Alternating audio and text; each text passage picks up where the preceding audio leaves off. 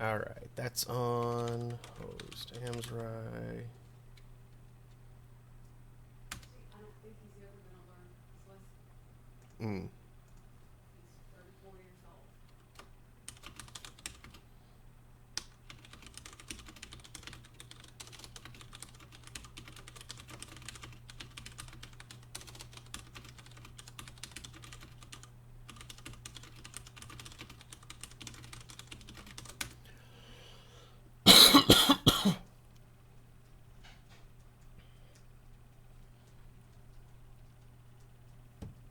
Chat monitor. Ah. 55 degrees. You should leave some collard greens out for it. Do chat monitors eat collard greens? The joke is chat monitor lizard. Ah, okay. Do they eat collard greens? No, actually, I'm crossing the streams with iguanas with severity. Because I know a surprising amount about iguanas. And iguanas like soul food. Iguanas like greens with heavy amounts of calcium. Well, technically, iguanas will eat whatever the heck you feed them, because iguanas are dumb, Like and a catfish. iguanas are lizards, and they are dumb. They will eat meat. They love crickets and stuff. But you actually shouldn't feed them that. They actually operate best on a fairly vegetarian diet of deep greens, but preferably not cruciferous greens like spinach and broccoli and stuff. Because it makes them fart. No, actually, it has a chelating effect on them. A what? It makes their bones Skin brittle. falls off? No, chelating. Oh, Yeah, cruciferous greens aren't that great for them. I mean, they're okay in small amounts, but if you feed a lot, you're just gonna get brittle bones. But yeah, like dark greens, kale, collard greens, some fruit, like I think strawberries, and berries, pears. I think are okay.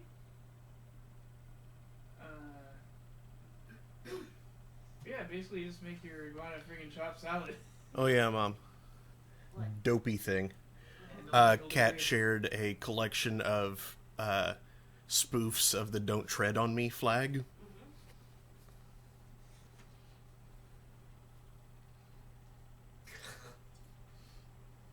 And it's clear that's actually a dangerous hoop snake. The Bill Pesos Bill Pecos Bill from the Pecos Bill from the Pecos Bill mythos. Huh. It took me a while to remember his name. Pesos Bill. Yeah, that's the further south version. That's what he went by when he went to Tijuana. Yeah. Because he sure didn't want those Tijuana girls to know his real name. Unfortunately, that wasn't a very good pseudonym, and they promptly figured it out. Yeah.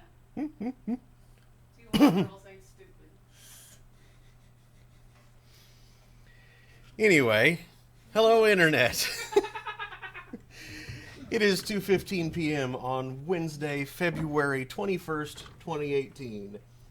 I'm your host, Mark Amsrai, DJ Amstrack, and I am holding court. That's Daniel back there. He's off work today, actually. It's a frozen wasteland of around 24 degrees and a bunch of sleet. Yeah. And freezing rain. So, Layers. Horrible. actually, now that I think about it, do you just want to do like normal, or would you rather do your own thing over there since you have the day off? Yeah, I was hoping to actually do some stuff. Okay, that's cool. I just figured I'd throw that out I'm there. not sure I want to spend. However How long. do you go again? Until I feel like it, basically. I think you're going to like 7 last time. I'm not sure I want to spend 5 hours. Yeah, doing it. I usually end between like somewhere between 5 and 7.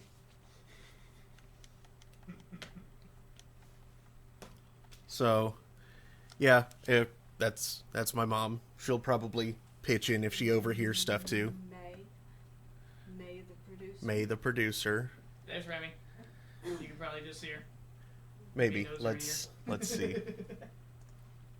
Oh, nope, she's just a tiny bit out of frame. She's like just out of frame. Oh, yep, you can see her nose. You gotta extend your neck into frame. What you were saying about the iguanas, all pets, there's a variety. A cat is not a dog, is not a rat, is not a bird, is not an iguana, is not a hamster, is not a fish. They all have some specific needs and requirements that are ideal for them in food and habitat and so on and so forth.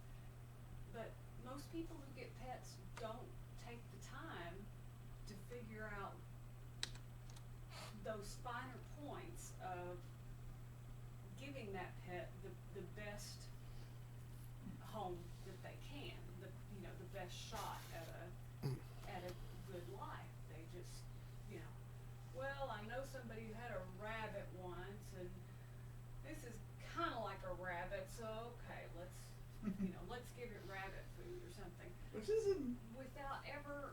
They don't have much of an excuse in the modern era.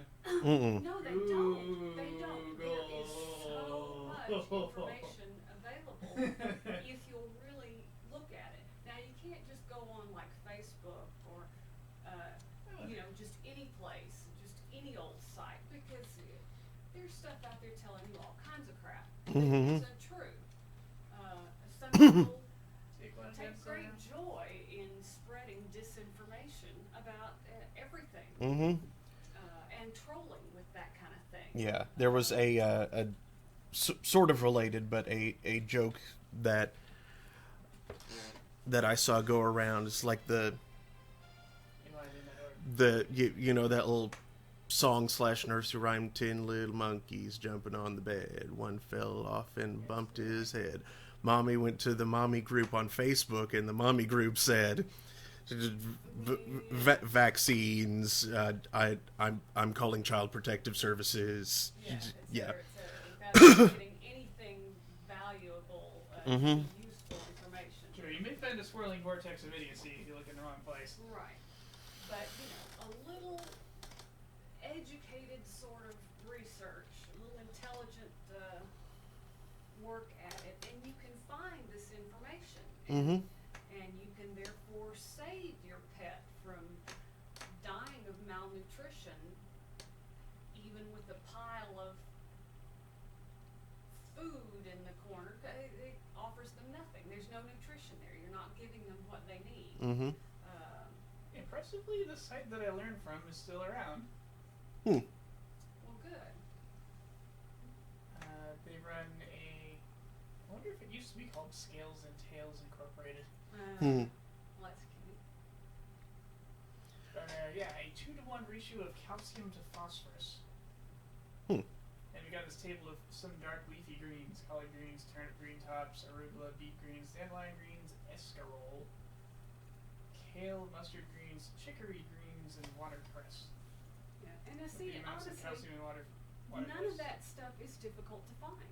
Yeah. You can get it, and then your pet iguana is going to be much healthier, much happier,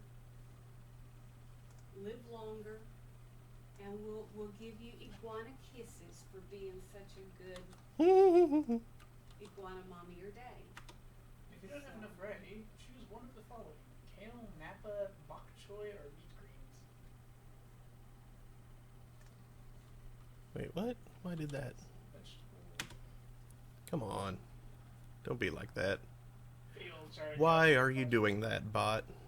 Rhubarb is toxic. Do not use.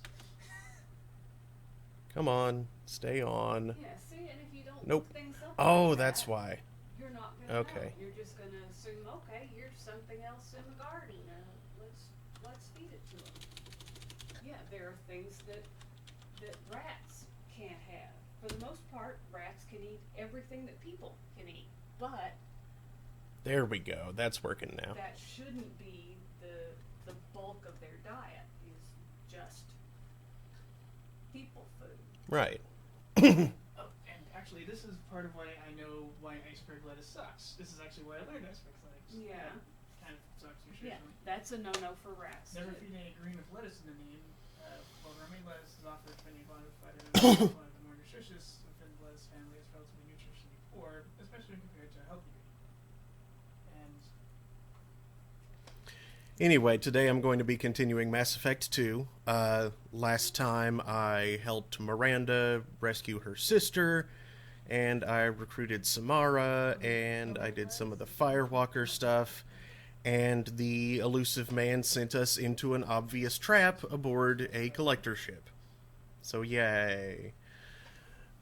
Let's, let us continue. 10 milligrams of phosphorus in an entire cup. Nice very nice. Yeah. Yeah, and look at all those other A little more protein much than I thought higher there was. numbers. Almost a gram. I wouldn't have thought there was any. Yep. Dang it, I forgot to switch the sound to headphones again. Hold on. Lettuces and your cabbage. I also forgot to balance the audio. A lot of them just Oops. kind of suck. Back mixer. Maybe it's good though. Okay, that one's the microphone. Yeah, so that Sorry, one keep goes going. all the way up. And then... Tofu is of course based on soybeans, so you expect. Yeah. Ugh. Something in my throat. Now let's see. Will I have to restart the game to get sound? Calcium, phosphorus, maybe. Nope, cool.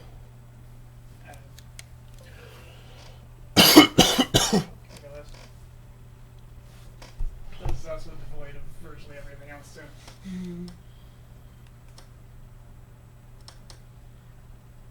Juice ear? But yeah, I suppose that's just an old name.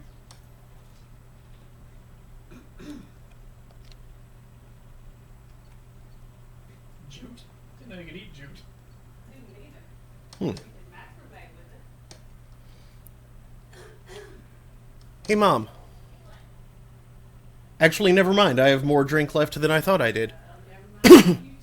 You did. Woo, that's really.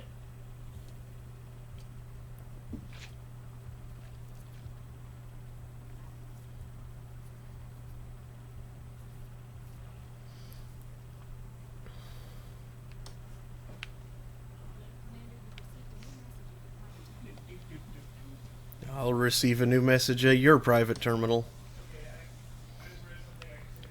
From Mr. Ganak Ejal Esquire. Dear Sir or Madam, having consulted with my colleagues at the Citadel, I have the privilege to request for your assistance to transfer a large quantity of Prothean technology uncovered at Ilos.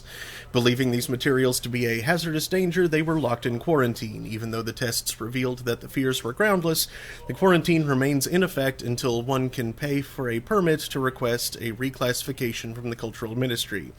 Knowing of your interest in Prothean technology, I would be happy to deliver most of it into your hands, keeping less than half for myself. As a Batarian, I cannot engage in Council official activities, but if you transfer the 20,000 credits required to me, this exchange could be made in your name, enabling us both to profits from this happy accident. Please reply urgently with your credit transfer account information. Oh, that's hilarious. Alert, security breach from Project Firewalker. That was a close one on Karumto, Shepard. A disturbing fact has come to light in analyzing the channel you used to transmit your findings. Unauthorized transmissions have been sent from the MSV Rosalie to an unknown destination. It's assumed that this is how the Gath are tracking Doctors Case and Oloy. The data you retrieved gives us a definite location for Dr. Case's Prothean site. The Doctor was certain that this site held a Prothean revelation of enormous significance. It is recommended you head there as soon as possible to counter any Geth retrieval missions already in play.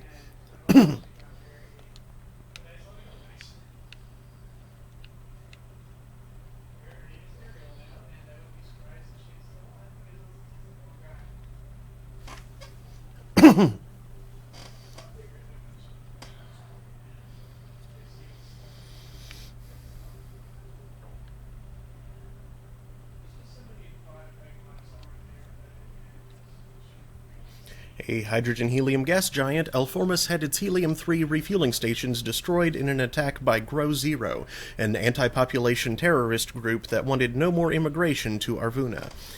A consortium of Arvuna-based corporations are currently rebuilding the stations. Alliance Advisory: Alformus is not considered vital to the stability of the ISER system.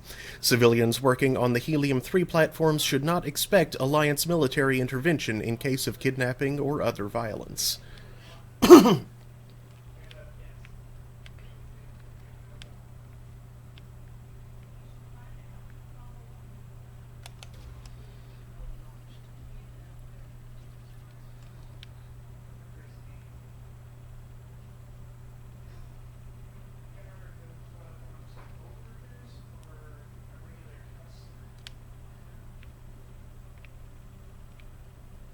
Yeah, not enough to bother with. There we go.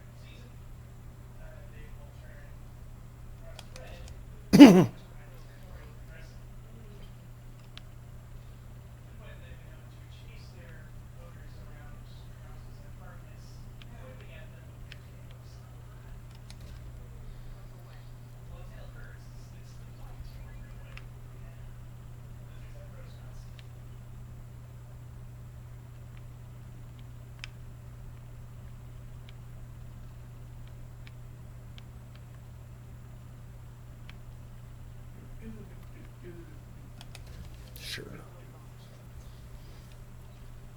Couple of different things right there.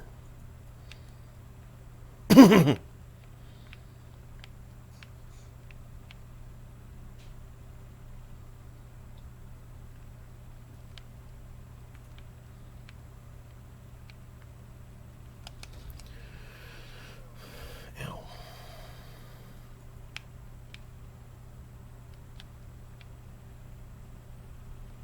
There we go.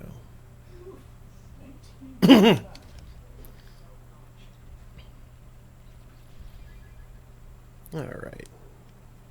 Call that good.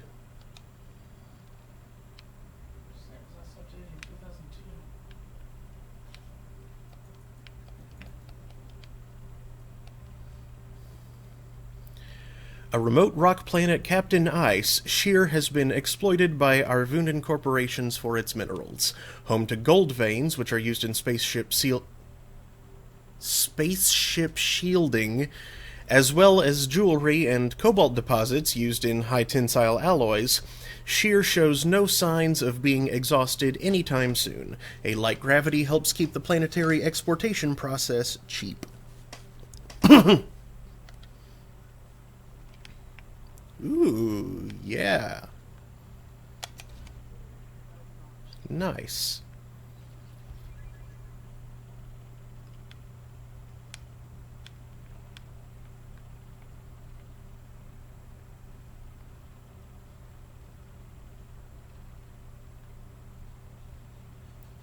So much platinum.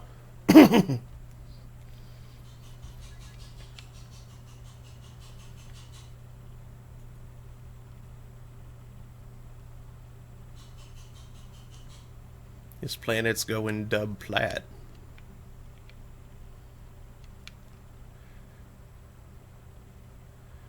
Sorry, obscure reference to Saturday Night Live.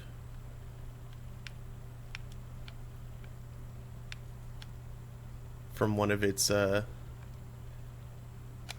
not the best periods.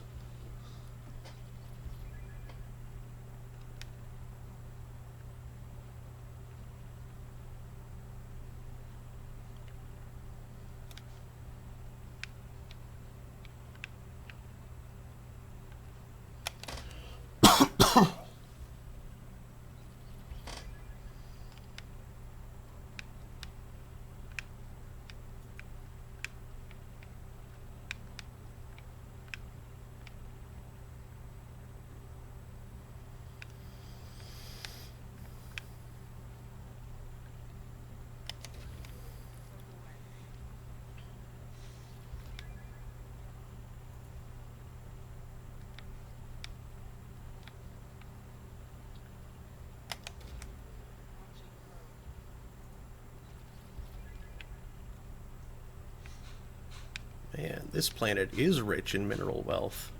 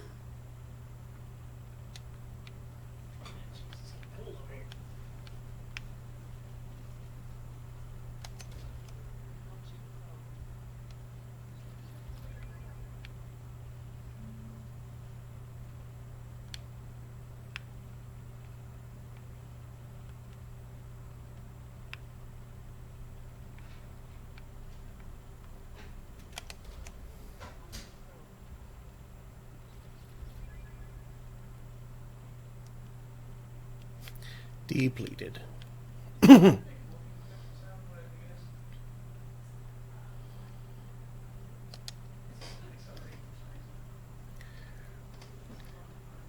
Yup. That's about right, Drago. I mean, I assume.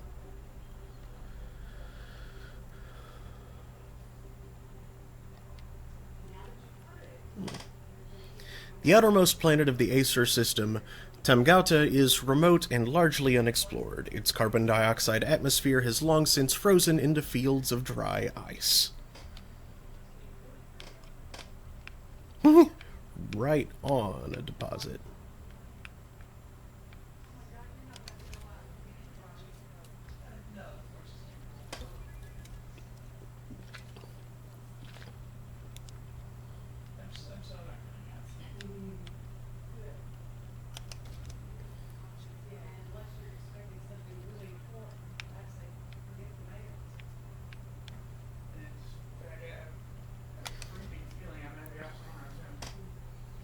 But neither rain nor sleet nor dark of night shall keep them from their appointed rounds. And we've definitely got at least one of those right now. Yeah, but what about freezing rain or snow? I mean, freezing rain. Right? Freezing rain is a type of rain. Yeah, but snow isn't sleet nor rain. If rain, sleet, and dark of night don't keep them from their rounds, does that mean snow can? What about hail? I feel like hail should. Hail's just dangerous. Yeah, I would. I could sympathize with the Postal Service drawing the line at hail. And unless they are given suits of armor and just walk through the hail like those poor kids that don't get paid enough to collect balls at driving ranges.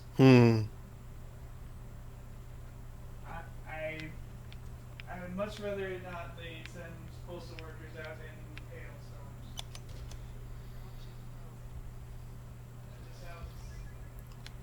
I remember the episode of Pete and Pete where Big Pete drove one of those ball collecting machines at a driving range as like a summer job.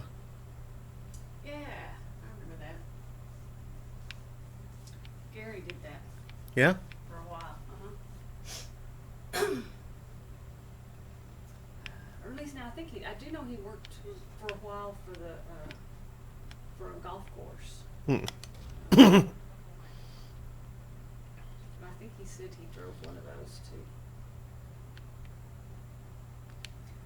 Mr. and Mrs. George Clooney have donated $500,000 to Florida shooting. At least I think that's what it said before it clicked off the screen. Some kind of yeah. Yeah, they're cool like that. She's a human rights lawyer, it turns out. Yeah. and Oprah matched it. Cool. So yeah, so $1 million right there from two individuals. I watched an episode of David Letterman's new show where he interviewed Clooney, Yeah. and like went to his parents' house and I think his house. Yeah, it's an interesting show. The My Next Guest. Mhm. Yeah, I heard Barack Obama was his Watch that first one, too. guest. Yeah. That one went long. I believe it. I can see why. Yeah. You know, Yep. you get a chance to talk with such an interesting, intelligent person, targeting person, talking about Obama there, not all the letters written very interesting. Mm-hmm. Look at that warm little kid. Talking about George Clooney again, though, I remember hearing this amusing and interesting story about him where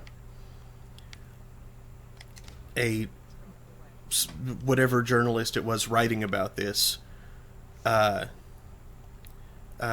to interview him, so he invited George Clooney to his home for dinner, and while he was there was some weird sound coming from like the attic, but it was just like a crawl space kind of attic, not much up there. Yeah. And I forget if it was just like it suddenly started happening, like something beeping, if that was unusual, or if it was like he said it happened regularly and he wasn't sure why, or I forget exactly what the story behind the beeping was. But George Clooney got up in their attic space to find what the heck was making the noise, and took care of it for him. That is cool. Yeah. And I mean, you know, he used to be a carpenter. Crawling around in houses was kind of normal stuff for him. Yeah. But it certainly hadn't been for a long time. Well, I mean, it's not like he let the handyman skills wallow. It's like riding a bicycle. Well, I'm sure he does all that work for himself too. You know. It's like falling off a bicycle. Well, now, I'm not sure he does all of that himself. Well, if he has time, I bet he does. Yeah, there actually is a little bit of a skill to falling off a bicycle. Hmm. If you do it wrong, you wind up with a broken wrist. Well, see, you should have practiced. Well, I didn't have any choice to do but to do it wrong because there were an abnormal number of constraints on my movement capability at the time. It's like, normally this wouldn't have happened, but there was a car here, and there were people there, and I had no options. Ooh, that's bad. Oh, I was almost out of probes. Good timing there.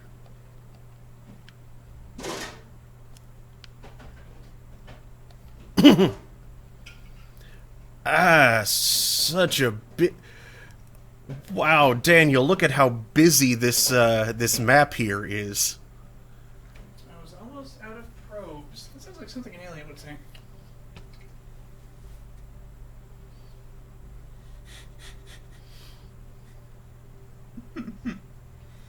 Jack at the Nubian Expanse. Acquire Reaper...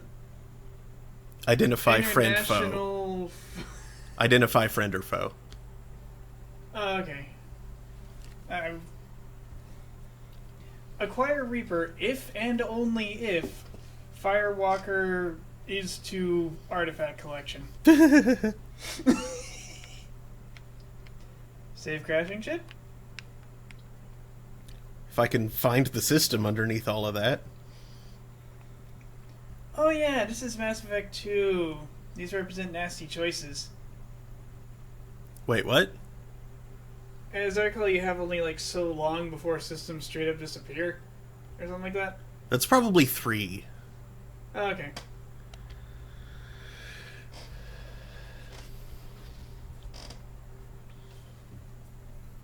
Because one of the Mass Effect sequels, the crisis that's going on is just systems are going dark. Hmm.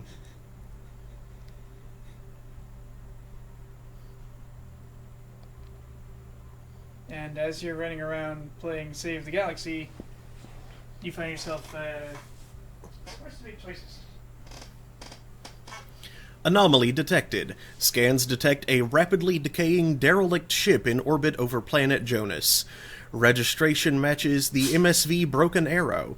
Ship's manifest notes volatile munitions cargo on board. If left undisturbed, the ship's trajectory will lead to impact with Jonas. High probability that the crash site will be Fargon, Jonas's largest human colony. Geth signatures detected aboard the MSV Broken Arrow. And actually, now I'm about out of soda. Would you grab... The only spaceship launched from Tulsa. Oklahoma jokes. Mm-hmm. Okay. Do.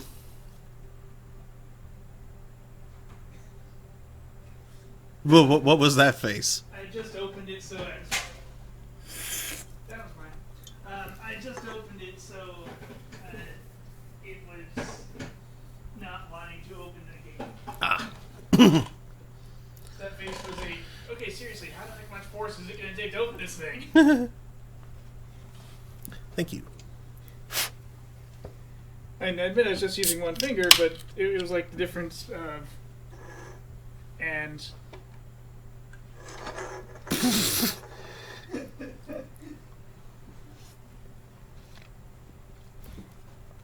Okay, if I'm potentially dealing with Geth... Like, my fingers aren't that strong. If this thing is going to get this much resistance, I have to use the rest of my hand.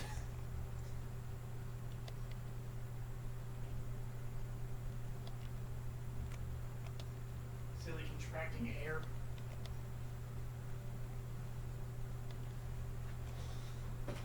Forget. Ideal gas law. I'll your nerd.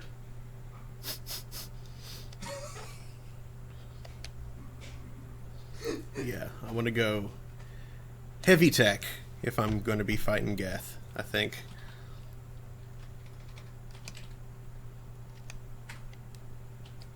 That's interesting. You said it was the GSV Broken Arrow? What? You said it was the GSV Broken Arrow? MSV. Okay, never mind.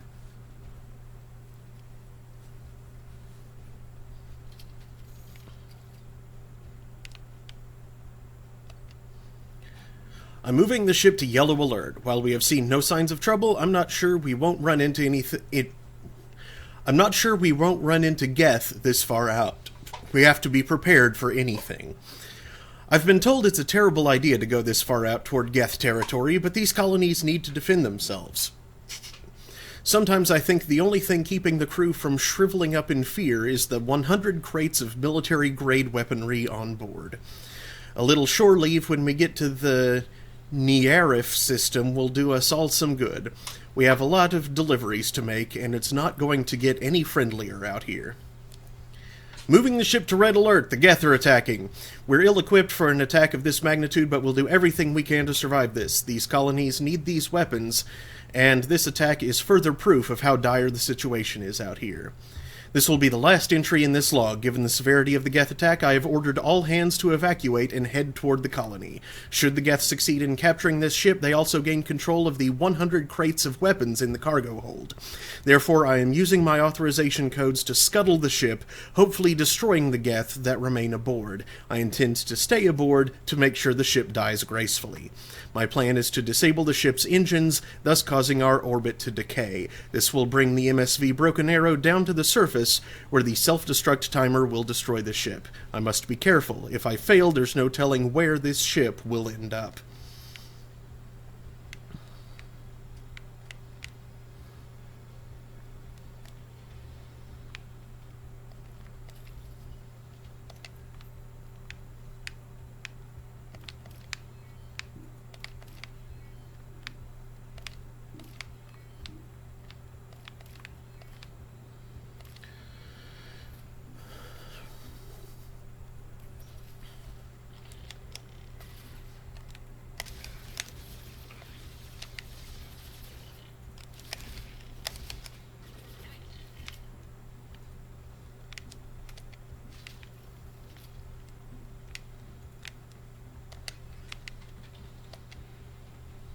Navigation, offline. Life support, systems damage, hull breach detected, local atmosphere venting to space, failing.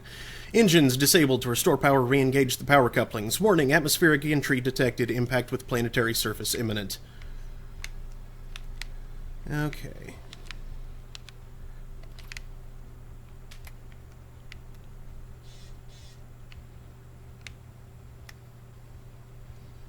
You mentioned me in a comment? Why would you do that? I mean... Interesting. I didn't suspect that would generate a thingy. Huh. Yeah, Cole posted something you'll be interested in. Ah. Or you might be interested in. You might not be interested. No.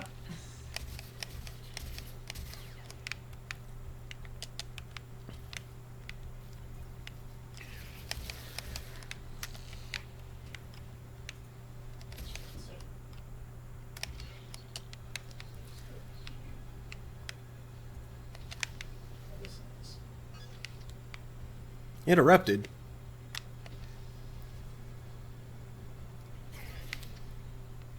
Why? Stop that. Son of a bitch.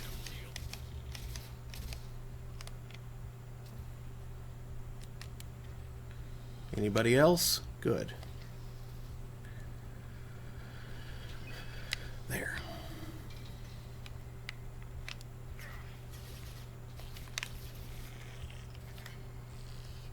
Thank you. Ah. Ass.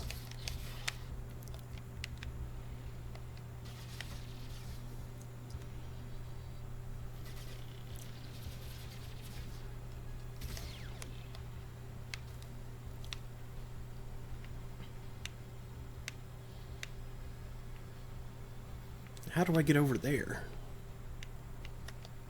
Do I get over there?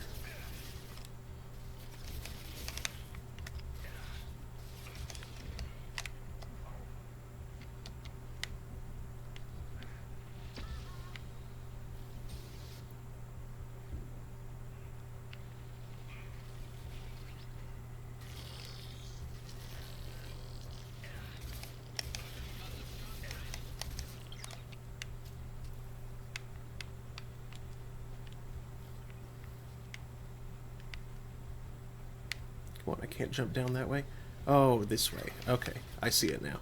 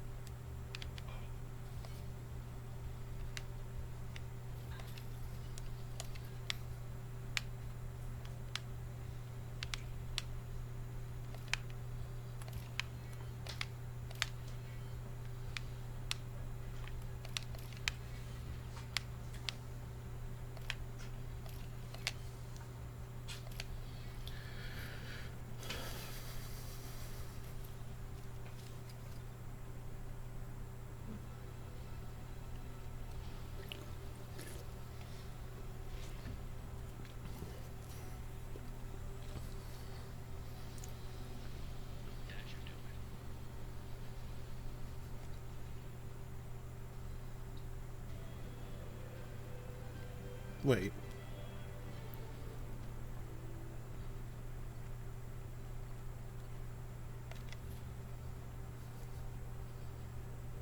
But wasn't there still more ship to explore?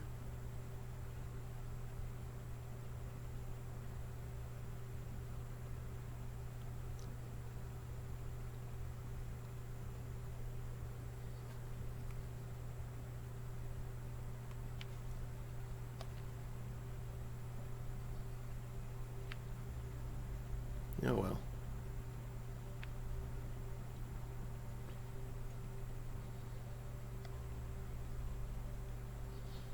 Jonas, a methane ammonia ice giant, is being developed as a fuel depot serving the Pylos cluster. Eldfell Ashland Energy has established a base on one of its moons to crack water ice into hydrogen and oxygen and skim helium-3 from its atmosphere. Jonas is also believed to be an extrasolar planet captured by its star. From orbit, Normandy sensors can pick out a hand-painted sign some waggish employee has left outside the complex. Last chance fuel for 100 light years.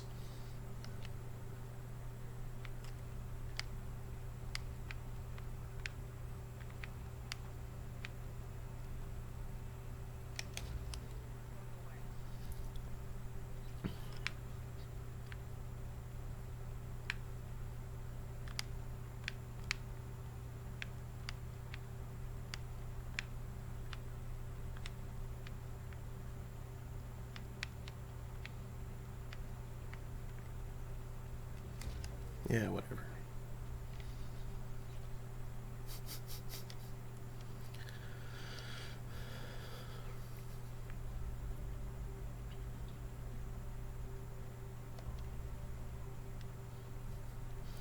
Isail is a standard hydrogen-helium gas giant. Though gas giants are known for their powerful magnetic fields, Isail's field is stronger than current models predict.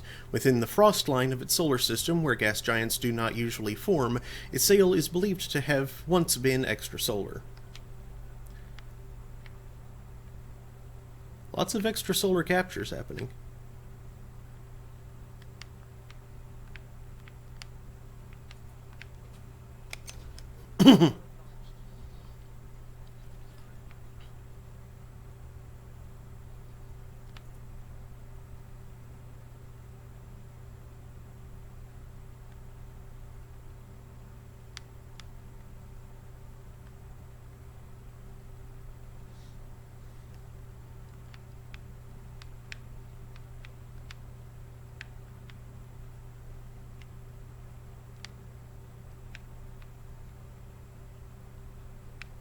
Here we go.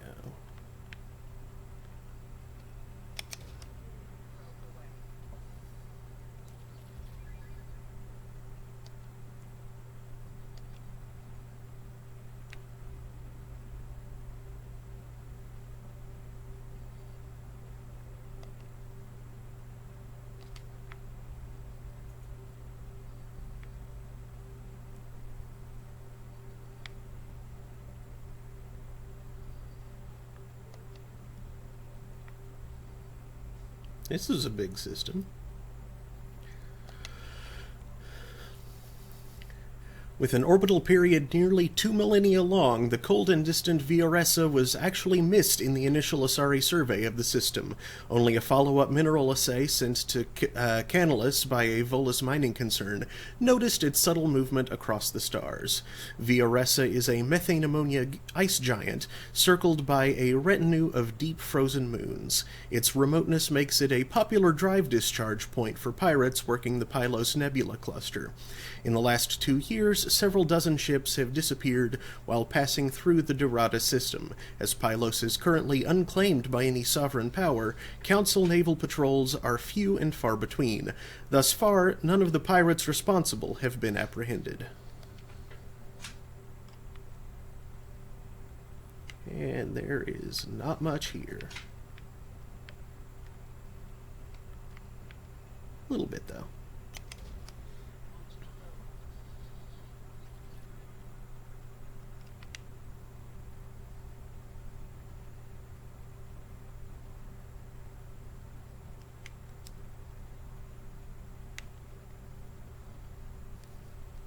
Ooh. That's a good deposit.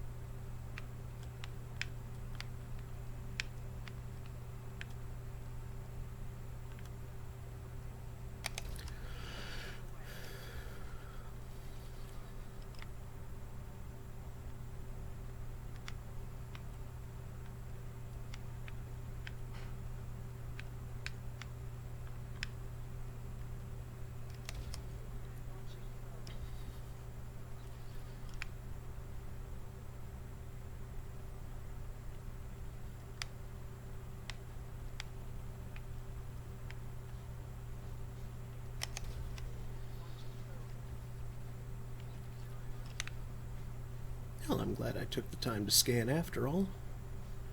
Gotten a decent chunk of platinum out of this.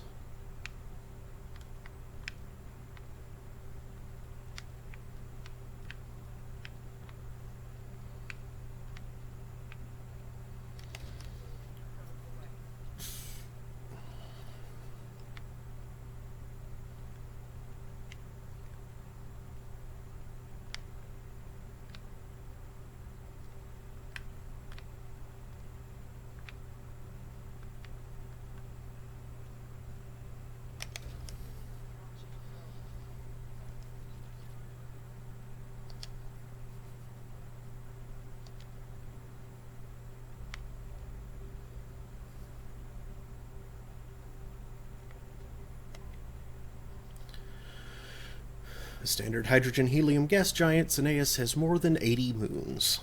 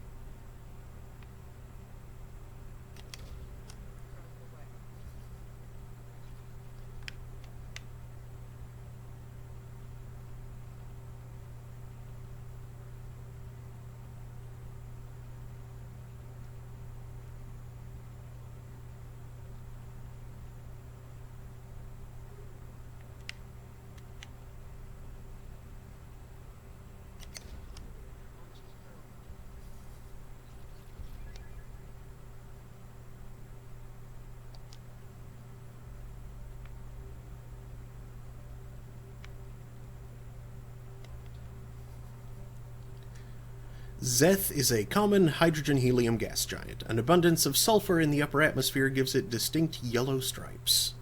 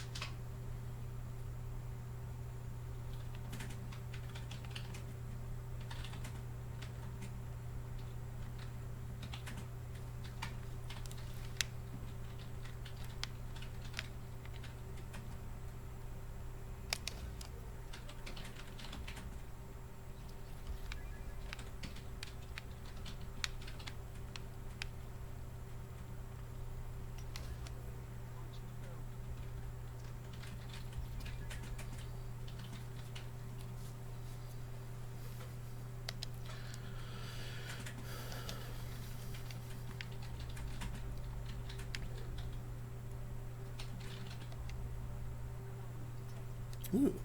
Canalus is smaller than Earth, but has unusually high density. The high level of tectonic activity indicates that the density is caused by an abundance of radioactive materials in the core. These, combined with the planet's unusually high rate of spin, raise the planet's internal temperature and cause volcanism.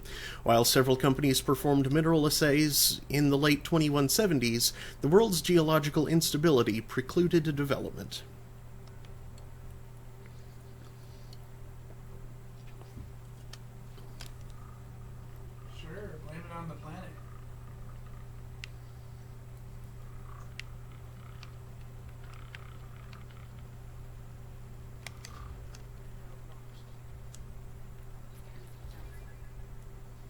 Sensors detecting anomalous weather patterns on the planet's surface.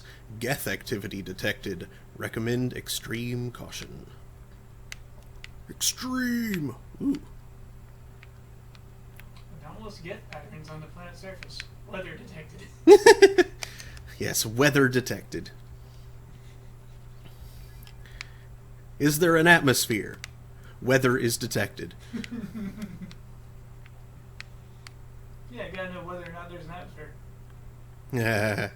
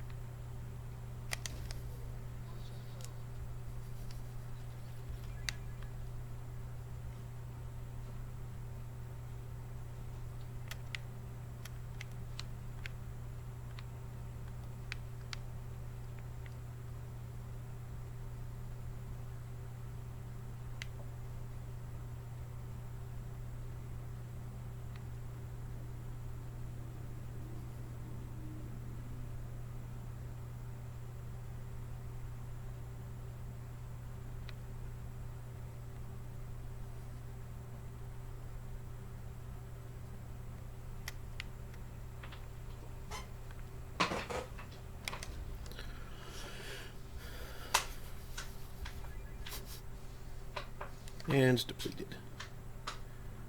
I'm gonna save real quick before dropping down.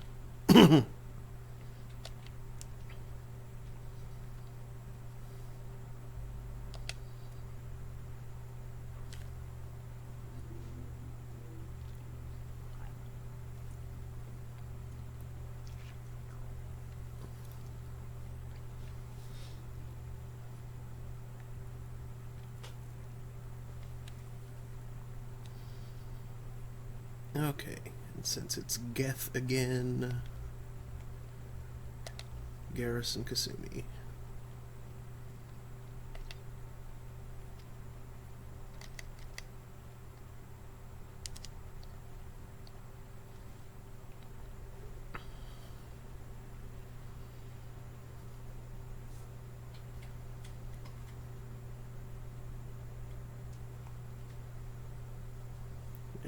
Freaking rocket Geth.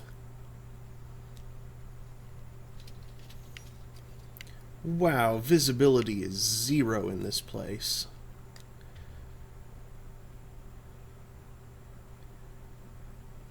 Yeah, shotgun works for 0 visibility. Oh, huh.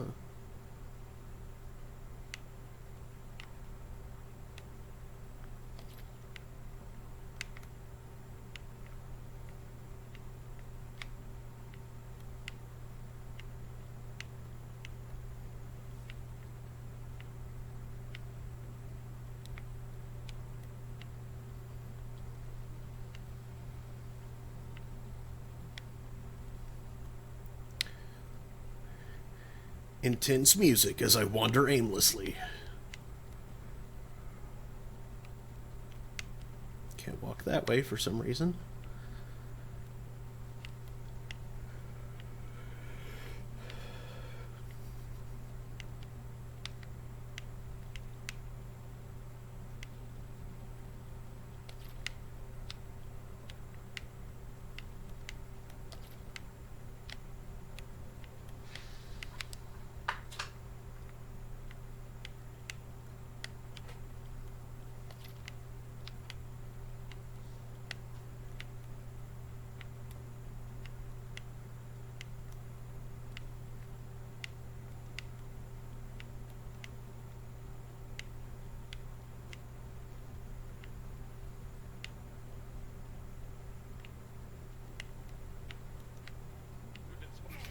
Oh.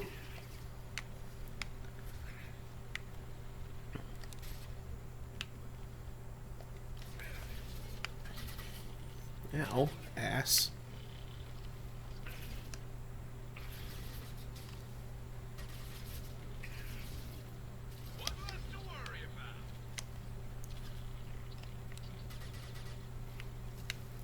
What the heck am I looking at?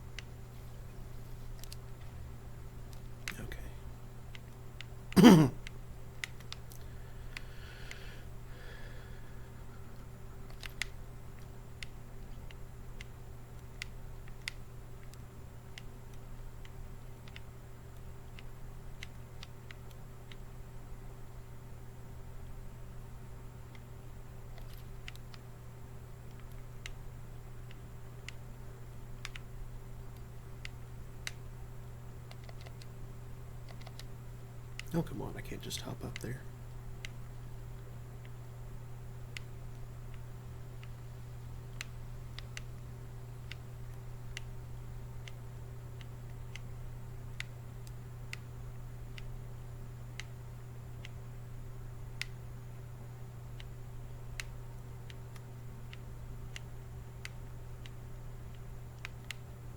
Okay, so I'm back here now. Good, good.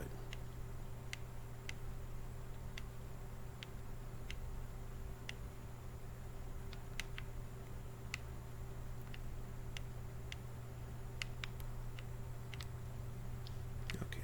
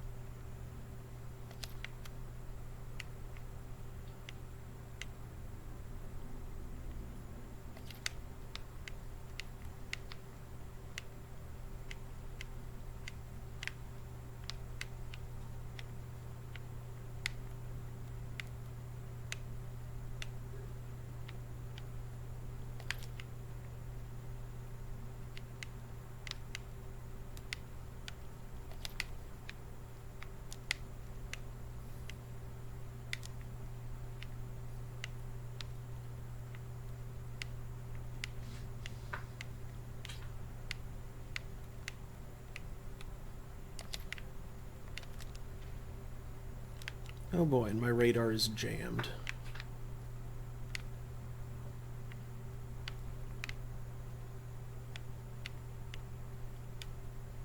Well, that's a cliff.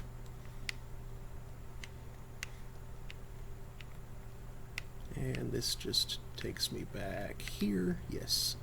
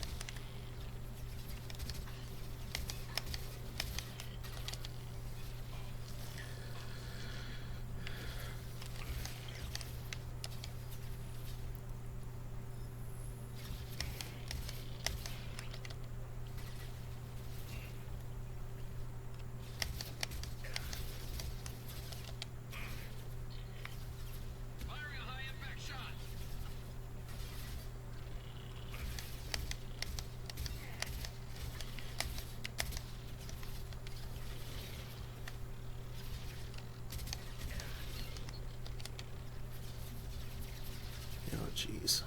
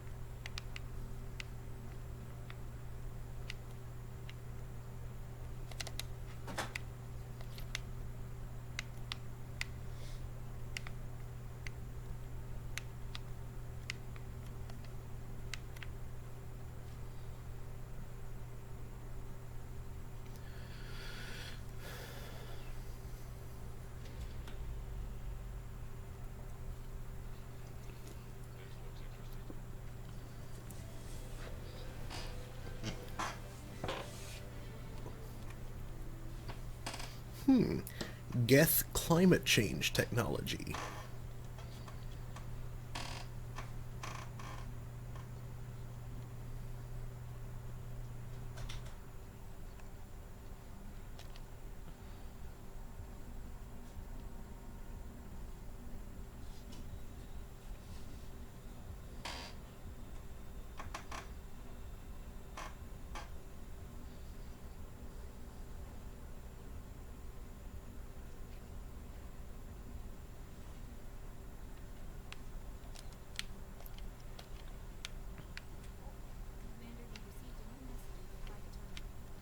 check it out in a minute.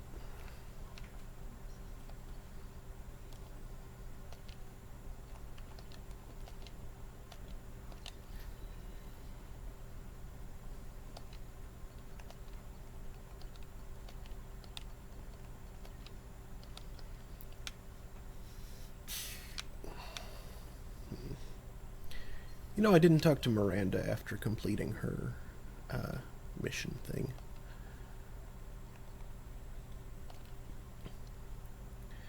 To the Normandy, our thanks. From Raphael Colon, Governor of Fargon Colony, Jonas. Normandy crew, we retrieved your identity from the docking data aboard the MSV Broken Arrow. We're led to believe that your crew is responsible for saving our colony from a catastrophic event. Not only did you defeat the Geth and prevent the ship from crashing into the planet in a trajectory that would have destroyed our colony, but you also saved nearly 100 munitions crates that would have been lost in the ship's scuttling. Thanks to you, we are safe and can continue the Broken Arrow's work in arming the colonies on the fringe of Geth space. On behalf of the residents of Fargon Colony, you have our eternal gratitude. It could happen to you, from Elkos Mail Routing. A Drell lay in the ocean, dying from Keprel syndrome, and had a dream.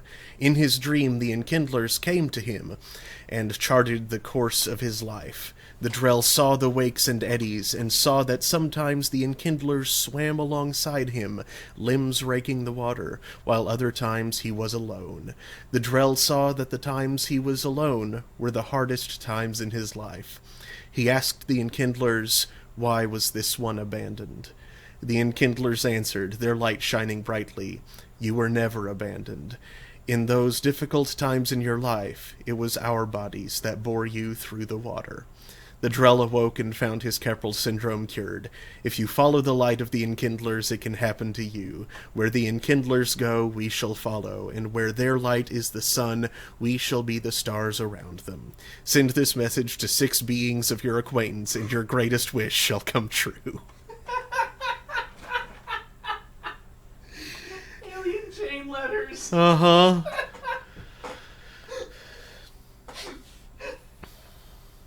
Hey, Chorban. Or Chorban. Chorban. I hope this address still works. I promised to send you intel on the Keepers if I found anything, and this is important.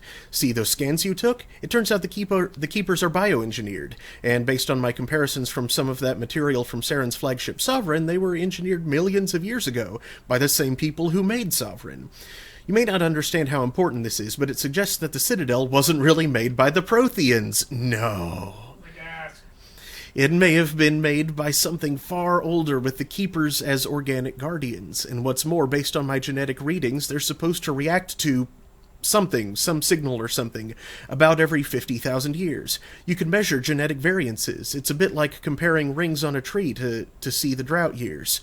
Whoever did this, well, around the last time this signal went off, would be around the time the Protheans disappeared, and it's scheduled to go off sometime around now. If any of the old tech still works, they could have some nasty surprises waiting for us. Just thought you'd want to know. Nobody here on the Citadel will listen to me. Chorban. Well, they should, even though you're a little late. Yeah, I think that signal's already gone out. The signal went out and failed. How's the signal fail?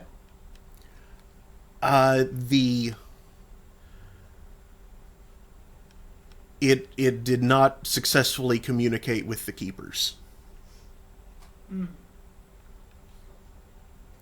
Because of interference from the Protheans, the few surviving Protheans that built the conduit.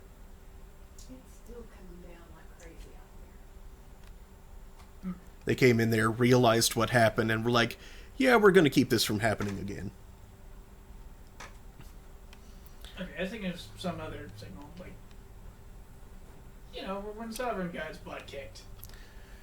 Well, that was the signal that he was trying to make happen. Or rather, he was trying to manually do what the signal is supposed to make the Keepers do. Ah, okay. Which that signal is to have them open the... open the Citadel as a relay to wherever the It's a the very Reapers. very long range relay to let all the Reapers in. The Reapers jump in mass. Yep.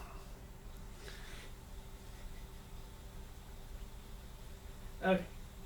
Because I'm sure the Reapers know what happens. Oh, yeah. I'm sure Sovereign emitted some kind of communication to them Probably. that, well, Plan A failed. Yeah. Well, I mean, actually, well, yeah, that's probably true, but at the same time, it was suggested in the first game that they had long since attempted to send the signal and it failed, and they were working on other ways around it. So Plan C failed.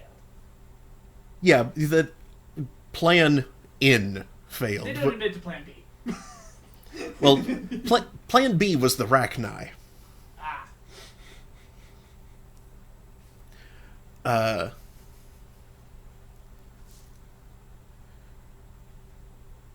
yeah, I think there were some other things that they attempted to control. There's the collectors now, but the Rachni were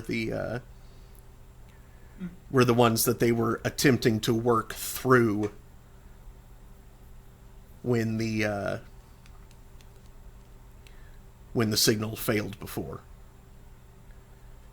Like, it's suggested that the reason that there are so many advanced races right now is because because the Protheans made that signal not work anymore. That it's given civilization much more time to develop.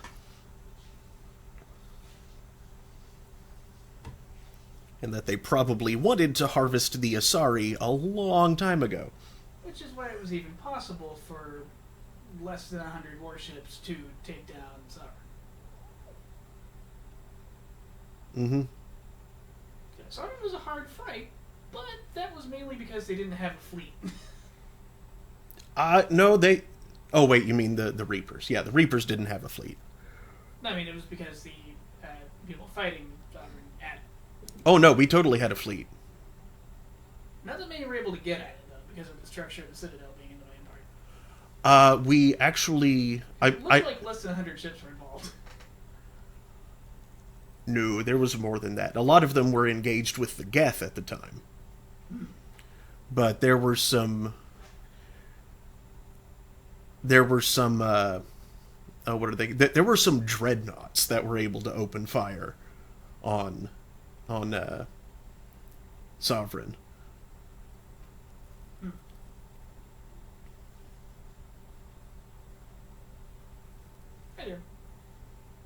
I guess just the camera angles didn't make it look like it was that big in game. Yeah. Well, I mean, limited space inside the Citadel. But there was a whole hell of a lot outside. Which were busy with the Geth. Right then. Yeah, I know the Reapers eventually do show up, and I'm wondering how they... I'm guessing to just, give up and just fly in via normal space. That would take an awfully long time, though. Maybe... Or perhaps they use a lesser FTL variety that takes them just a few months. Could be. Maybe they have the collectors or some similar species in an unknown system building a new relay that just leads straight to whatever area of dark space they are. That sounds inconvenient. Yeah. And then just jumping in slowly because it's not the scale of the Citadel.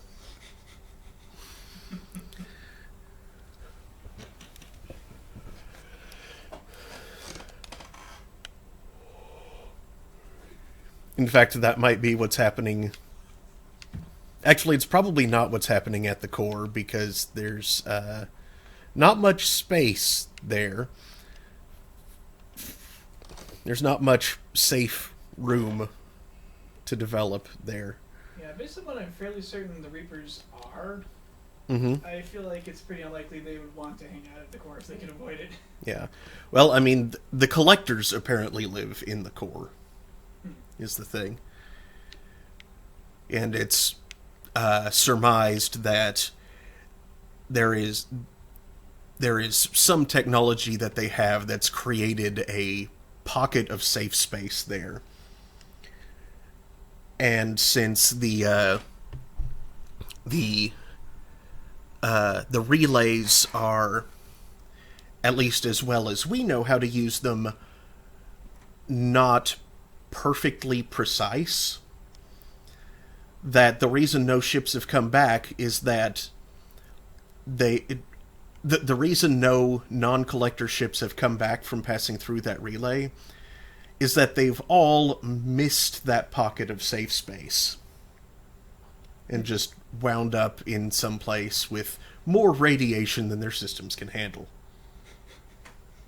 Like, kind of in the middle of a trinary system. Yeah. Way too close to one of the stars to make it up. Mm-hmm. Yeah, it's a problem with the frame shift drive. I'm sure it'd definitely be a problem with mass relay, too.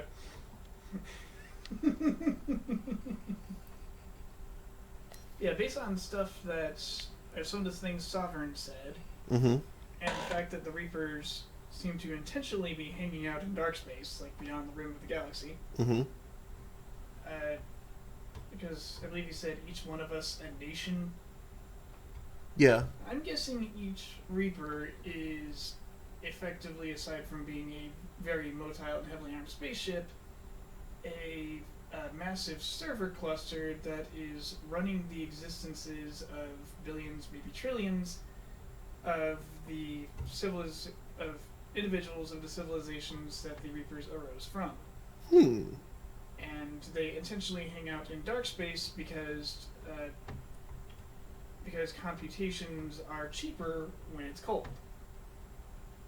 So they run their civilizations as, like, in simulation very slowly because each computation warms up the portion of the hardware that has performed it, so you want to wait for it to cool down again. Mm-hmm.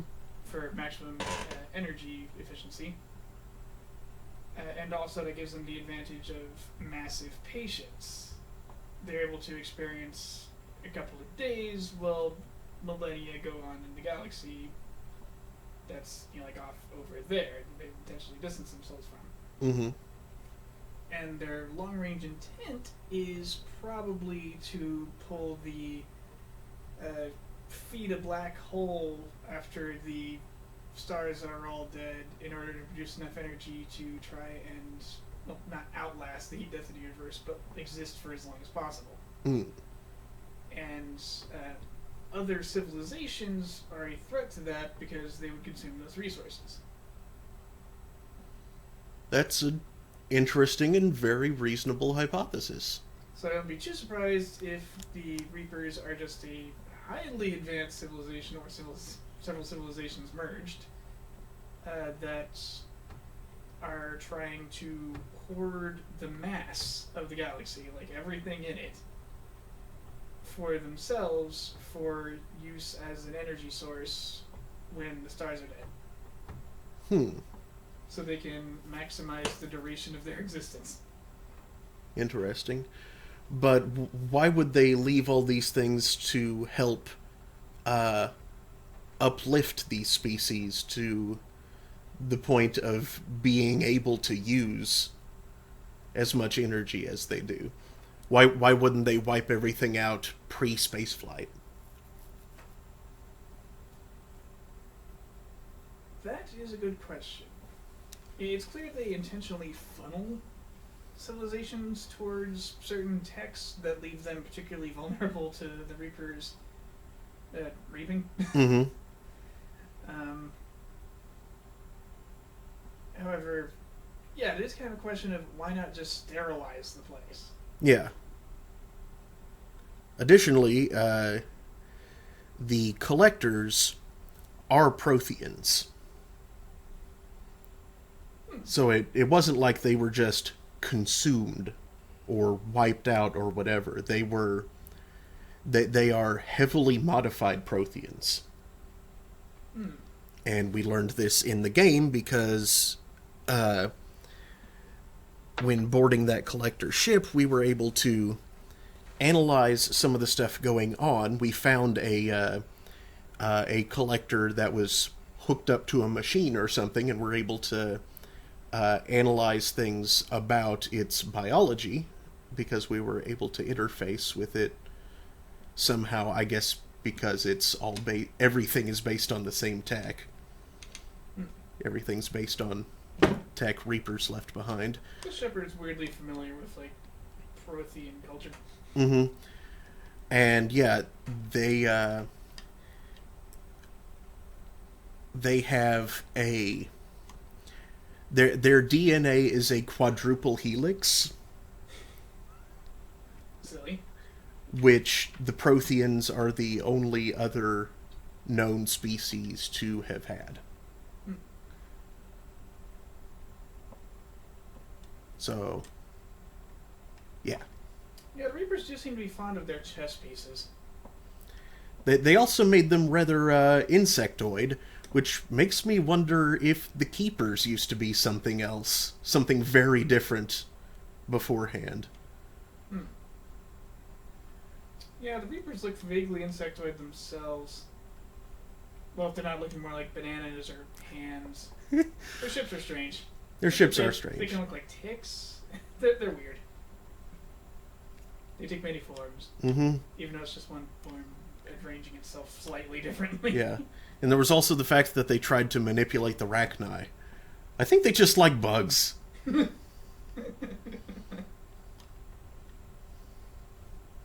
I don't know.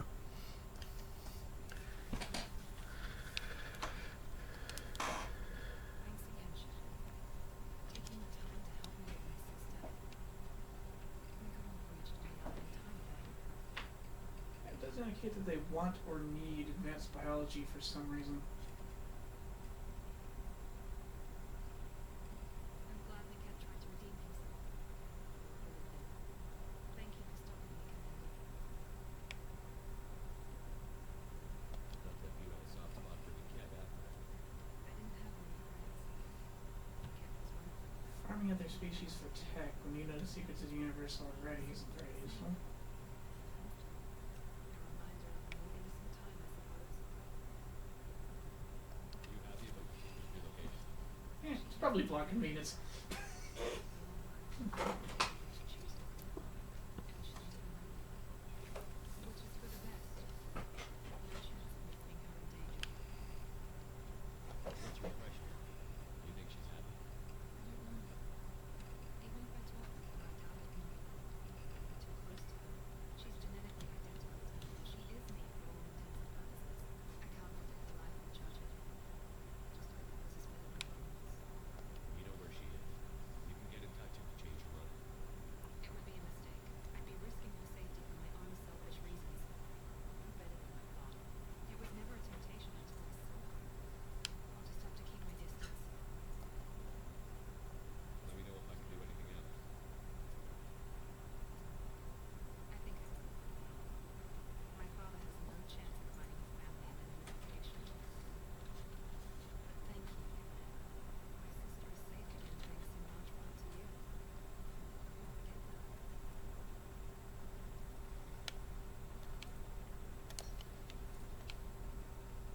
Going down. Sounds.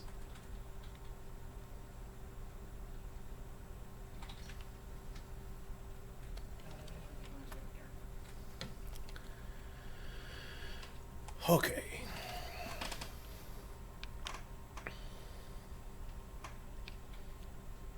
Did I research anything new since the last thing that I did? I feel like I did, but I don't remember things very well. Yeah, okay. Nothing new that I can afford.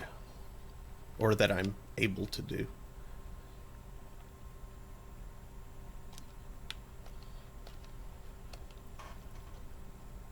Everything either costs EZO or has prerequisites. see, is there anything here in this? I'm slightly disappointed the chat didn't weigh in on our little discussion just there. I'm not sure how many of them are actually watching, or if they're watching from the Radio PSI chat. Yeah, if anybody happens to be watching on my own channel right now, my apologies. I don't have a bridge to connect that chat to the one that I'm capable of capturing.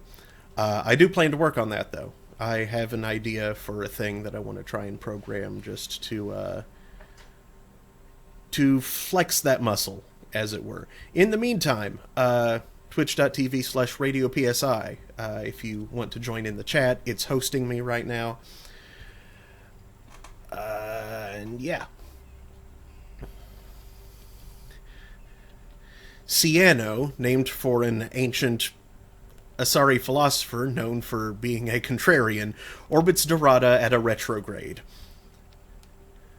It is believed to be an object that fell into the system millions of years ago from parts unknown. The outermost of Dorada's two inner asteroid belts is thought to have been a small planetoid that was broken up by Ciano's passage into the system. Ciano is formed of low-density rock and is tidally locked to Dorada. The same hemisphere always faces the star. Yes, I know what tidally locked means.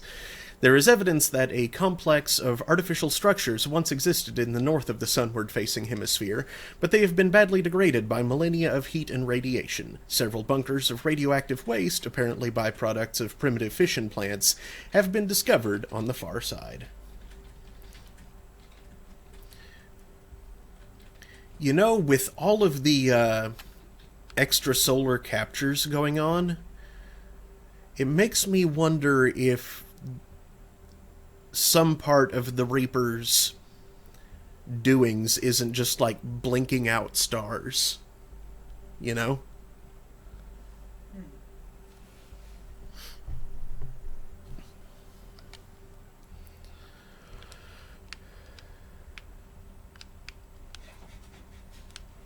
That would be to their advantage because stars are inefficient.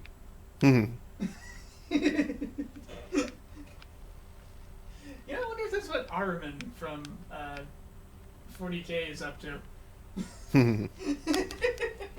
Like, I like stars, but if he's thinking at that level, I can understand.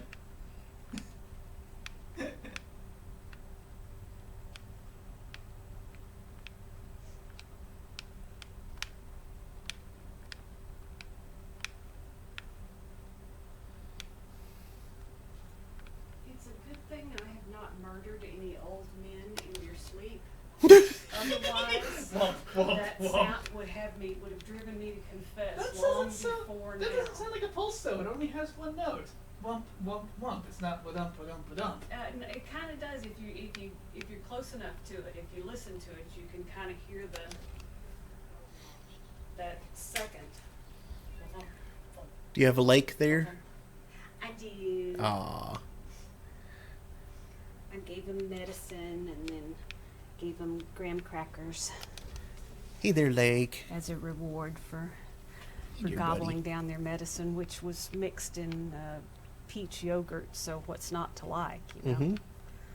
They didn't know they were getting medicine.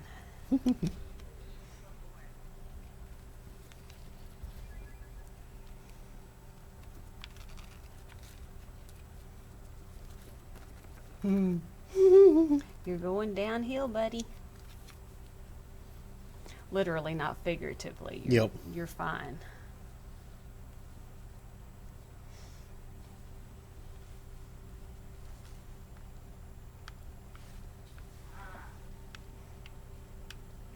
Okay, there is a second note, There's but a it's more of a pre-note. Like, It's, like yeah. it's a two-strike drum, which doesn't sound anything like a beating heart. Well, Hearts go well but below. it would be enough to drive me to confess the way it keeps going and going and going. Confess. Confess. I Confess. confess. To what? Not you. Bring out the comfy chair. Blub, blub, blub, blub. Blah, blah, blah, blah, Now, blah. poke her with the soft cushions. I'm getting Or mad. soft cushion, I guess. Because there was only one, wasn't there? Or were there two? Oh, that's true. There were two, because he went foo, foo, foo, foo with them. I'm getting poked with the soft kitty. Mark's getting poked with the twitchy whiskers. Mm-hmm. She hopped up and was like, I bumped your hand with my head. My fuzzy head. You saw one thing. Oh, snuffle, snuffle. Yeah. I see why you like that couch, though. It is up above where the cold air is pooling. The couch is blocking the cold air, so there's not actually all that much in front of it either. And you're kind of like in a close space where your fur can do a good job of its insulation.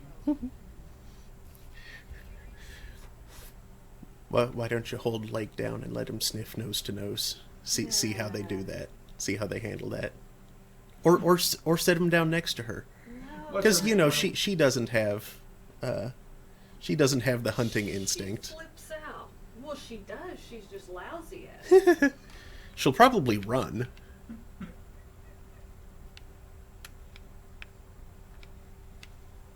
As I recall, it took a good 5 minutes of two much smaller rodents scampering about underneath and behind stuff on the floor for the cats to get really activated. Yeah, like Vince saw one of them, and it was a little bit before he went after it.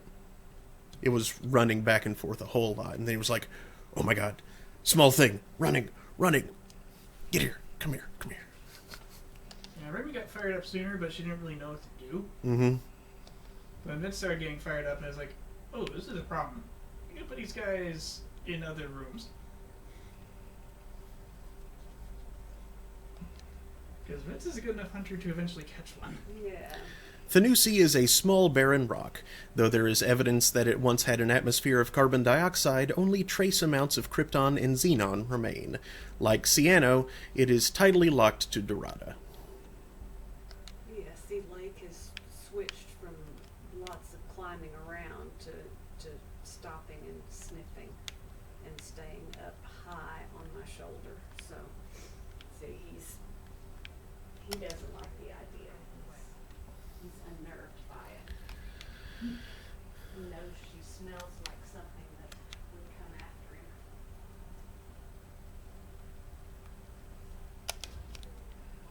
Oh yeah, I accidentally found out more about that.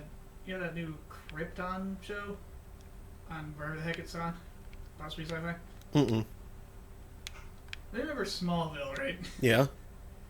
It's a weird, just alternate Superman's teenage awkward phase show. That's great. I thought Krypton was going to be something similar to that. It's actually a little bit weirder. Oh? It's about Superman's grandpa, Huh. like Jor-El's dad. Yeah. Yeah, so that's odd. Wonder where they're going with that.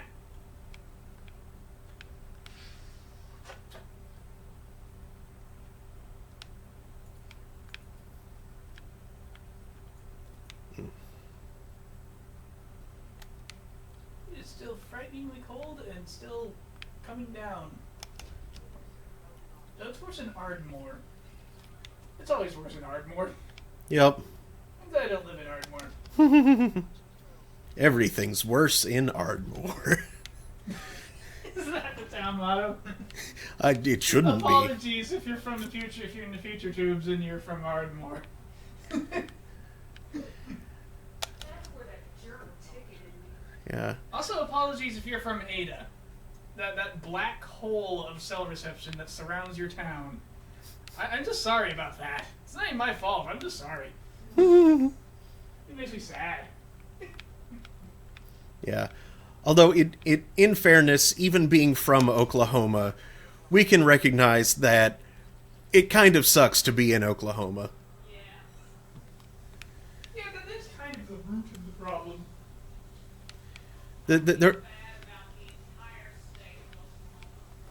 There are parts that are less bad, but But overall, it's just bad at being a state.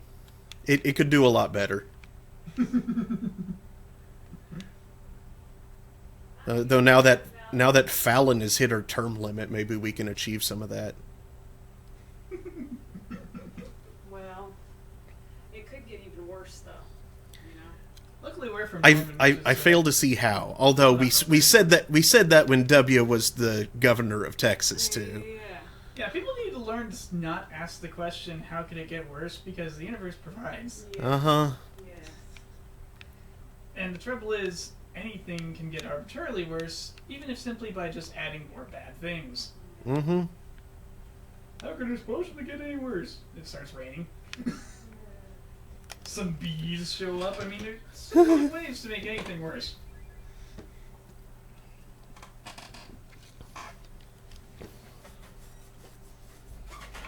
Oh, you think your picnic is ruined because there's ants? Oh, that's cute. You haven't seen the horrors of the insect world yet. The heck are those? Ninja info cards. Hey Daniel, come here. Look at this. Is this some kind of six-legged nightmare? No, Okay. I'm just out here in this system, and I look straight down, and there's all these little blue rings.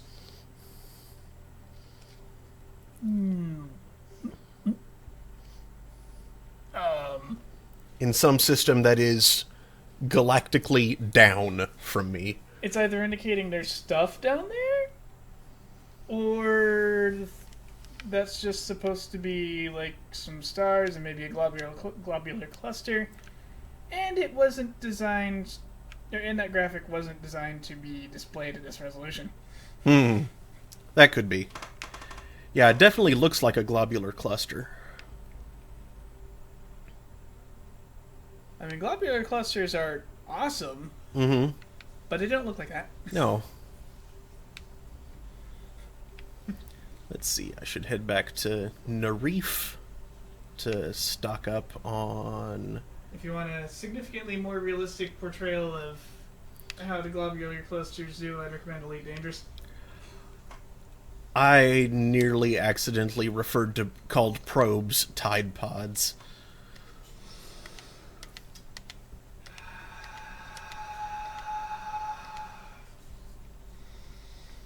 Taking the exploration probe challenge?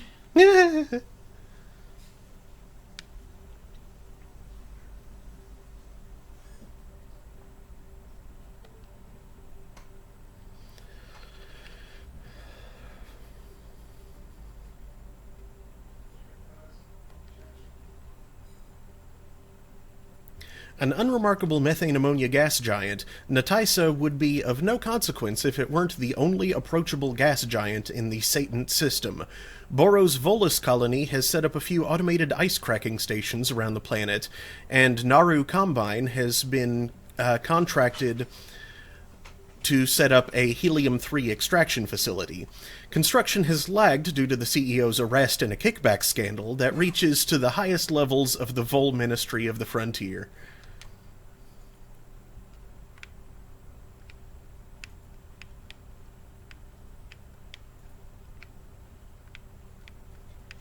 Of course it does.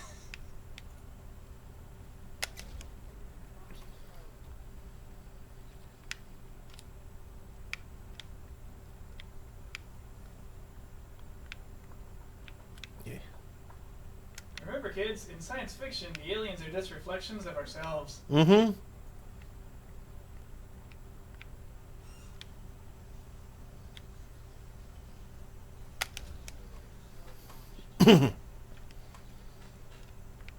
The most heretical Xenos, man. Ain't that the truth?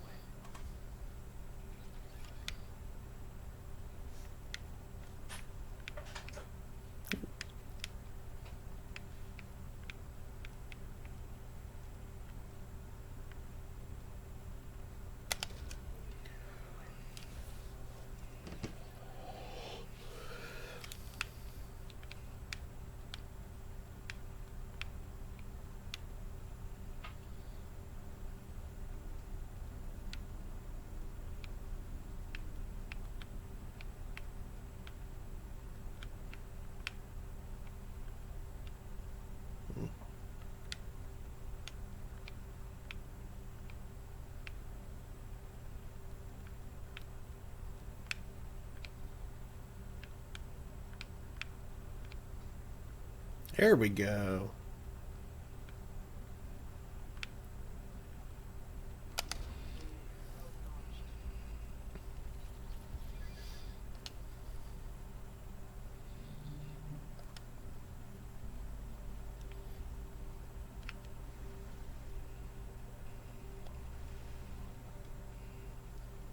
Boro is a young Volus colony world settled in defiance of a threat by Terminus pirate groups. The pirates, who can't use the world themselves, have suggested that the Volus hire them to protect the colony. The Volus responded by requesting military protection from their Turian allies. Although uncomfortably hot by Volus standards, Boro has the rare combination of high pressure and ammonia ecology Volus require. Development of the colony is proceeding rapidly. I wonder what the Volus look like without their suits on. I don't mean like naked. I mean what they look like without the pressure suits. Because they look kind of like FF11 goblins. Ooh, that's some Ezo.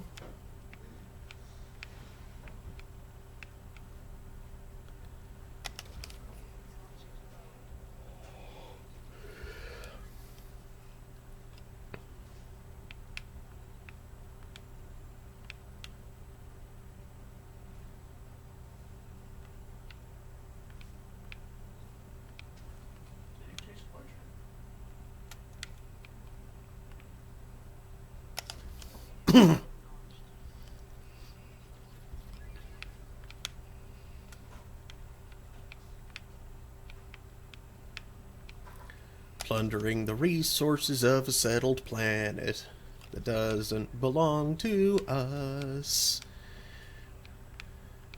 This is colonialism at its finest.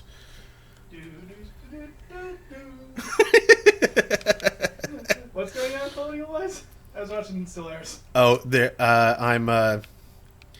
This planet has been settled by the Volus, but I'm still plundering its mineral wealth.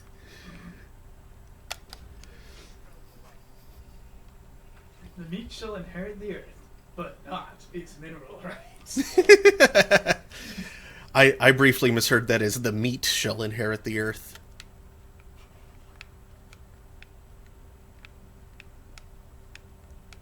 Ew, I think.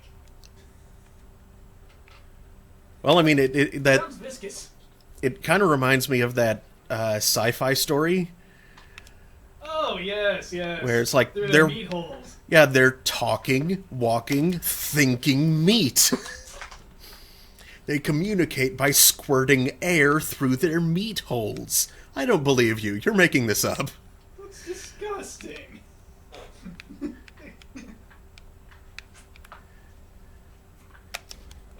They have thinking meat. Are you actually asking me to believe in thinking meat? I know, it sounds crazy, but... I love that story. Uh-huh.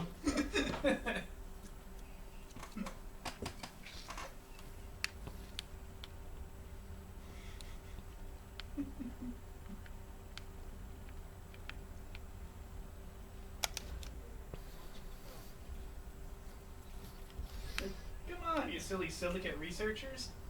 It's called Alien for a reason. You can expect it to be weird and kind of gross. And you can expect them not to consider it gross.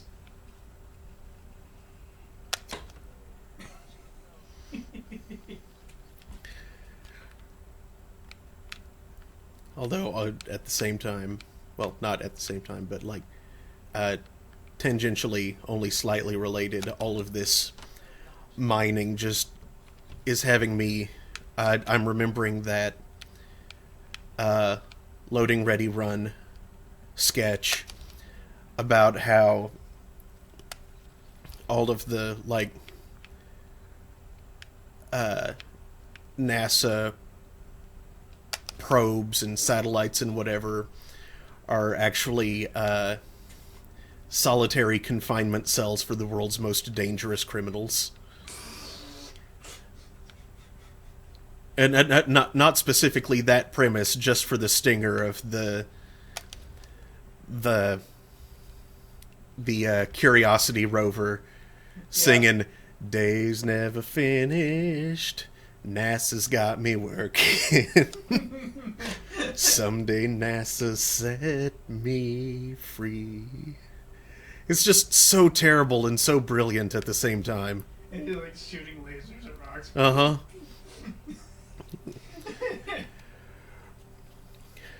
Recell is a massive hot Jupiter gas giant that whips around the star Satan once every 4.5 days. Like most planets of its type, it migrated inwards from its initial position in the system, thought to be around 0.3 AU. Recell is one of the few close-orbiting gas giants to show a marked temperature difference in its sun-facing and dark-side hemispheres. The atmosphere absorbs and re-radiates Satan's heat too quickly for the winds to carry the heat to the dark side. There is a temperature difference of over 1,000 degrees between the gas giant's hot and cold poles.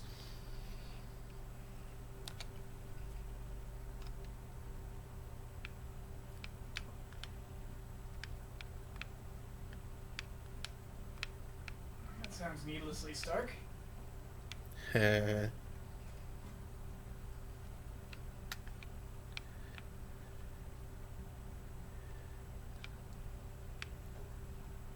I can barely even see my cursor here. It's probably even worse for y'all.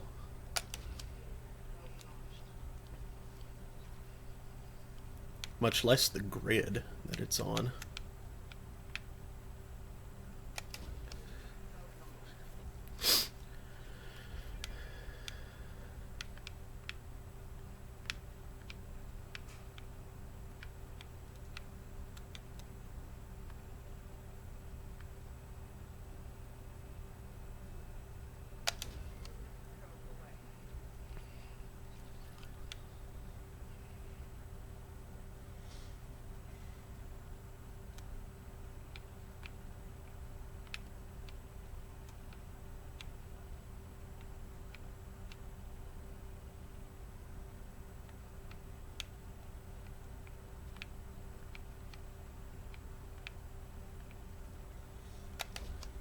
Whatever, it's more platinum.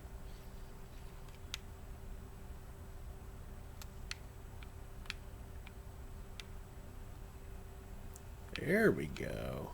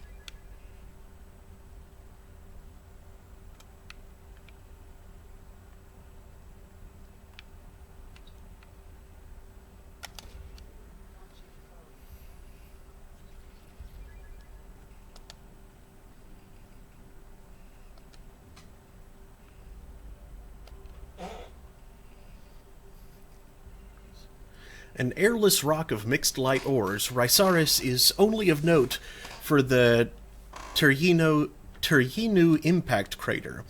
A relatively recent asteroid strike within the last million years, the core of the object was partially composed of element 0. It struck at a low enough velocity that the EZO remained near the surface. Over the years, many pirates and wildcat miners have attempted to extract the ore. It is believed that the Terjenu debris originated in the pulsar system AAP 34211 plus 19. The supernova that formed the pulsar also created the Red Emission Nebula that human spacers have unofficially named the Sakura Nebula.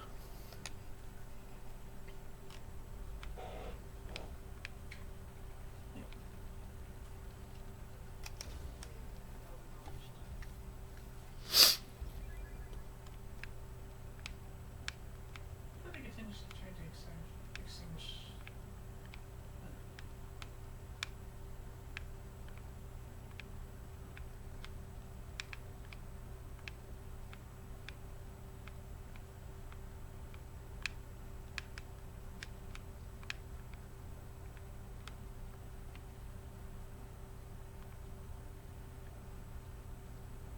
Okay, well that's not much EZO, but it's collecting any amount is worthwhile pretty much.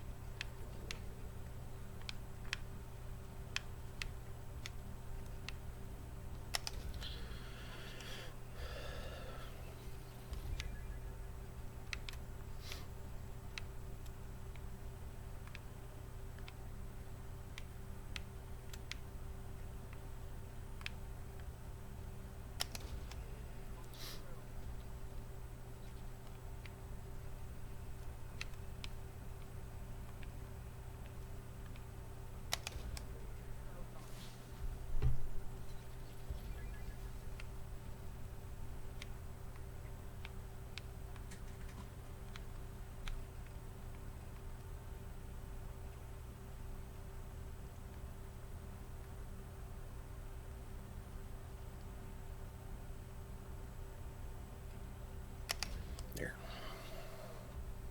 Yeah, it's what you said down here, not there.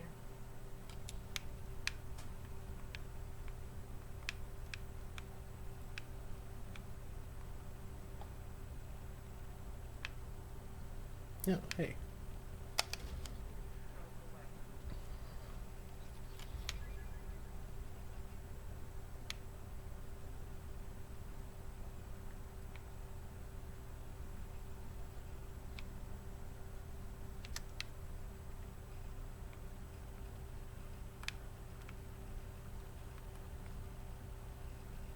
Nice.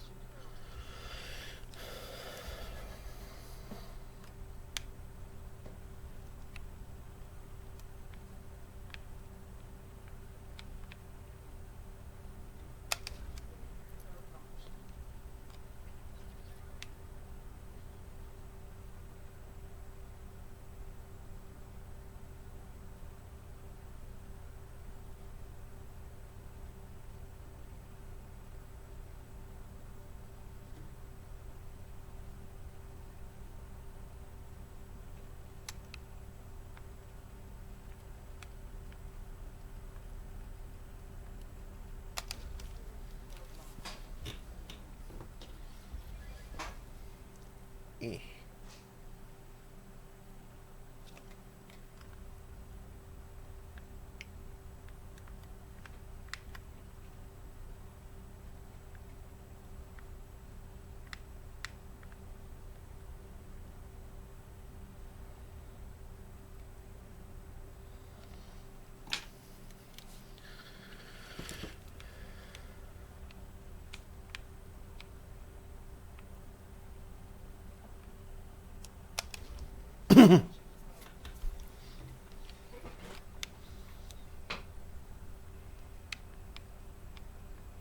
Whoa, that's a lot of platinum.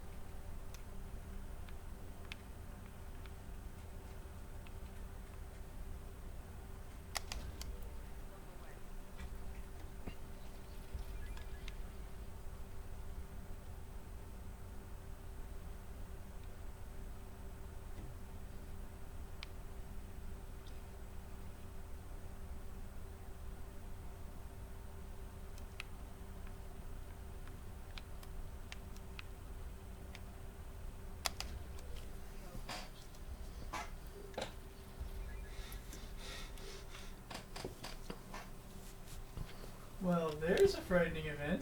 Hmm? While exploring some ruins near one of our major settlements on some planet, a few colonists inadvertently activated the timer on an undetonated hydrogen bomb left over from the planet's previous nuclear war. Oh boy. With an estimated yield of 35 megatons, the bomb will wipe out several population centers if it detonates. It isn't stable enough to be moved, and there's no time to evacuate the entire region. That's not good. That's bad. We must disarm it. Anedia is a small ice body with very low density. Its mass is only 4% that of Earth. It appears to be composed mainly of carbon and water ice, but over the millennia it has accrued a trace atmosphere of krypton and xenon. While Anedia's gravity is weak enough that a cruiser could land on it safely, there is no particular reason one would want to. Pirates have been known to land to recover ice for cracking into hydrogen and oxygen. One area in the southern hemisphere, the so-called Anedian Scrapes, is so frequently used for this purpose that higher albedo raw ice can be easily seen from orbit.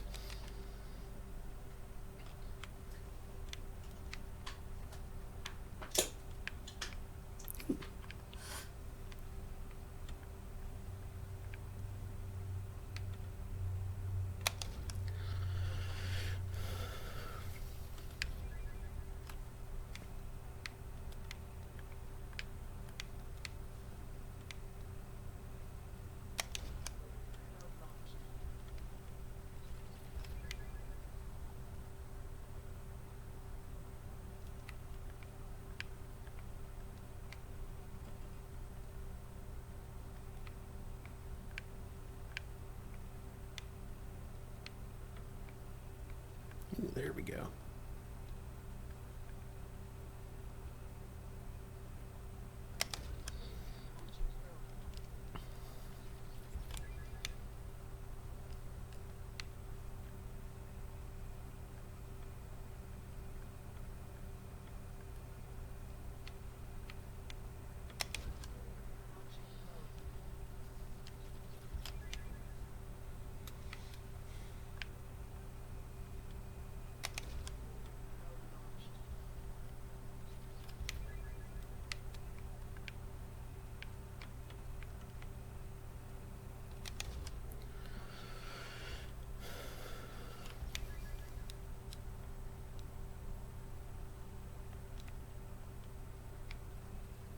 Ooh.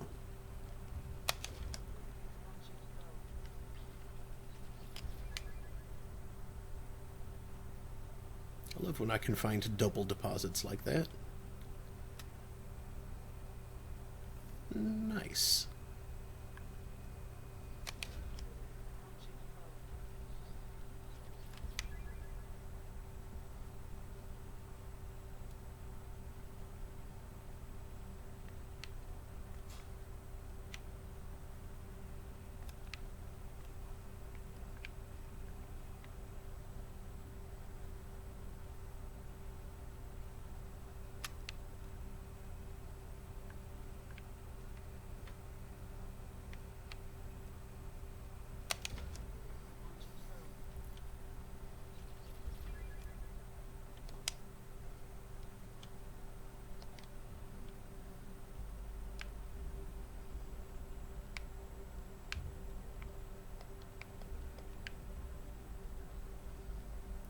Okay, well that's everything of interest in this system.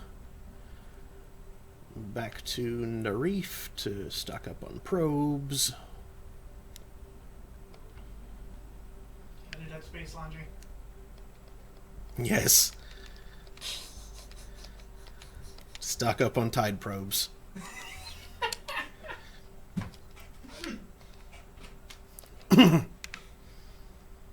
Save. Spend some of that EZO I just got. I'm Commander Shepard, and this is the Tide Probe Challenge. No. No.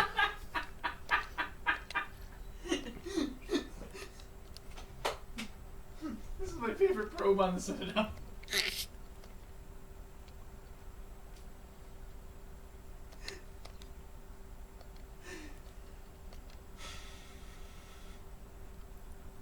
Sure.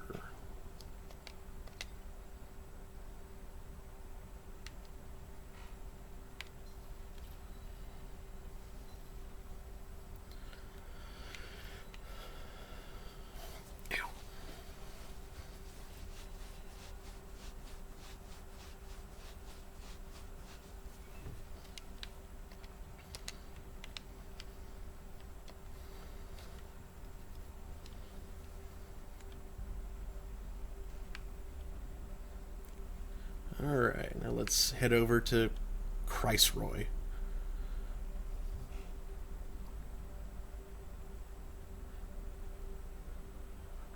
I'm pretty sure that's not how it's supposed to be pronounced, but, you know, so that way it rhymes with Viceroy, which is a word. Yay for words.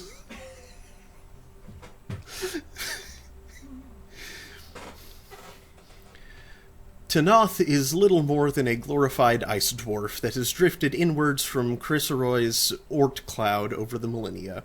Its extremely elliptical orbit is ultimately unstable. Computer projections suggest it will impact the atmosphere of Gaius in a few billion years.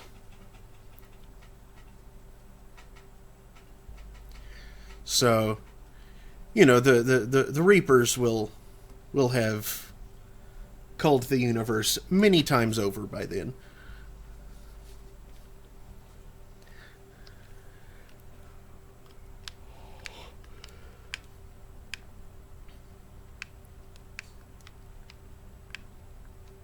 Leaving peoples to relearn that fact over and over. And again. And again. And again. And again.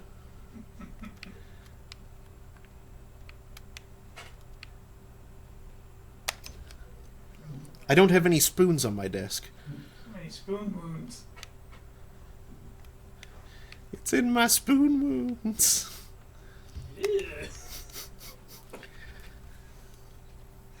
Open spoon wounds. Ugh.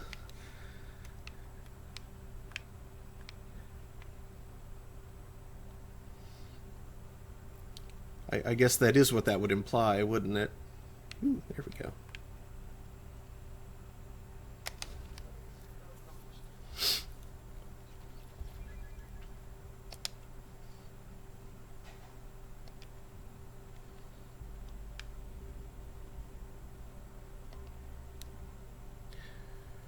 Gaius is another methane-ammonia gas giant. It's very similar to its near-twin Uzin. It presents a nearly featureless robin egg blue face to the universe.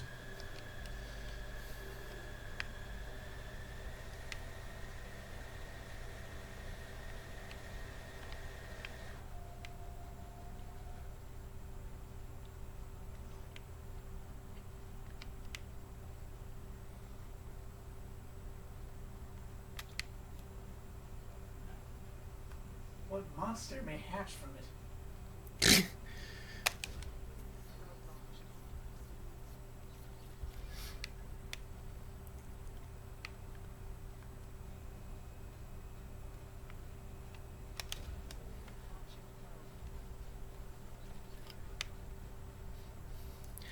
Clearly the giant space robin foretold in prophecy. Space robin. Tweet, tweet, tweet. Sure. Chorb. It is the most important of burbs.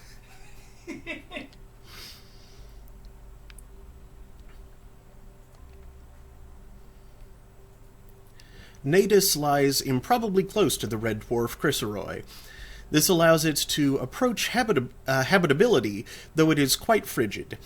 It is tidally locked with a hot pole and a cold pole. Along the Terminator, the temperature averages just above freezing. On the lee side, the temperatures are well below freezing. Natus has developed a limited native ecology, much of it clusters permanently attached around geothermal vents. There are, however, more advanced forms of life. Several arthropodal herbivore species wander back and forth across the Terminator as they require nutrients available in both environments for sustenance. More dangerous are the omnivorous predator species that devour the arthropods. Most animal life on Natus has limited vision, but finely developed thermal sense.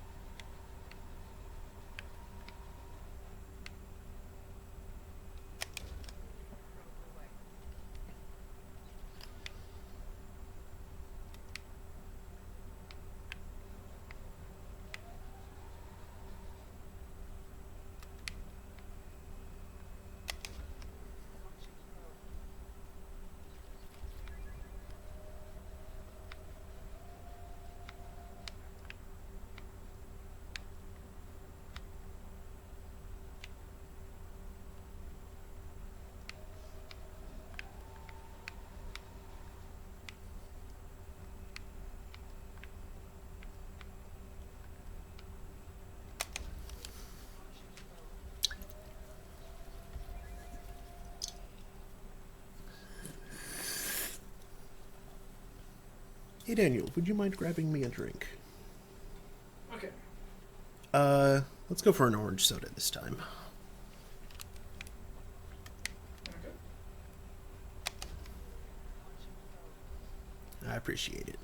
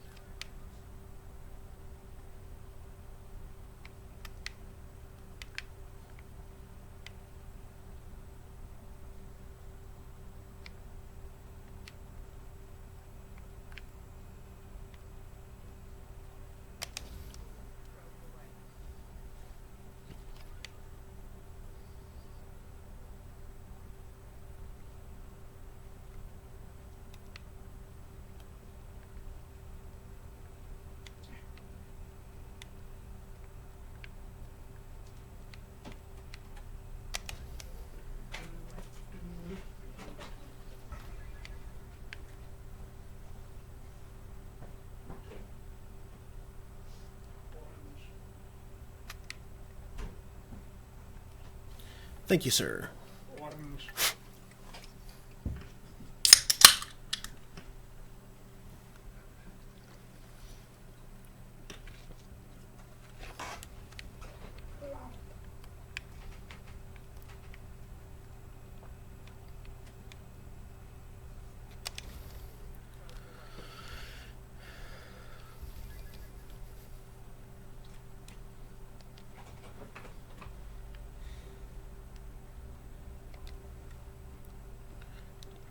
Theonax's surface is covered by water and ammonia hydrate ices, which are constantly repaved, I almost said revaped, by cryovolcanic processes. The world's size and density suggest the core contains heavier elements and retains much of the heat of the system's formation.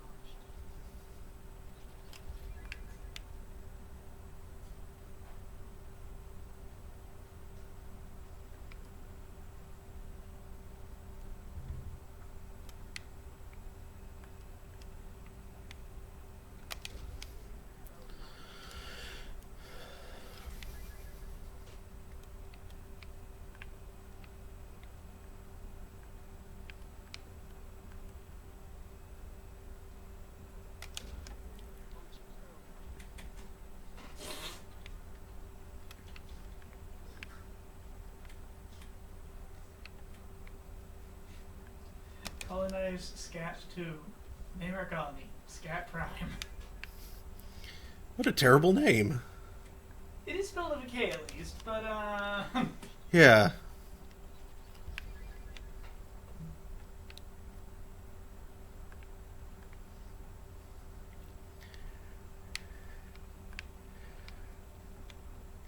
I wonder if anybody particularly into residents of that colony could be said to have a yeah, I'm not finishing that joke. You see where it was going. I smell where it was going. Ugh. A typical methane ammonia gas giant, Uzin has 37 moons of various sizes. Chithis, one of the largest, orbits at a retrograde, suggesting it was a planetesimal a planetesimal that was captured by the gas giant gravity well. The planet itself is believed to be an extrasolar capture as well, though millions of years before Chithis came on the scene. Evidence collected by planetary geologists suggests that Chithis was for many centuries a water world, heated by tidal flexing as its orbit circularized around Uzin. The planetary ocean, once hundreds of kilometers deep, must now be frozen solid. Some have recommended drilling test bores to see if life ever developed in Uzin seas, but the question is considered academic.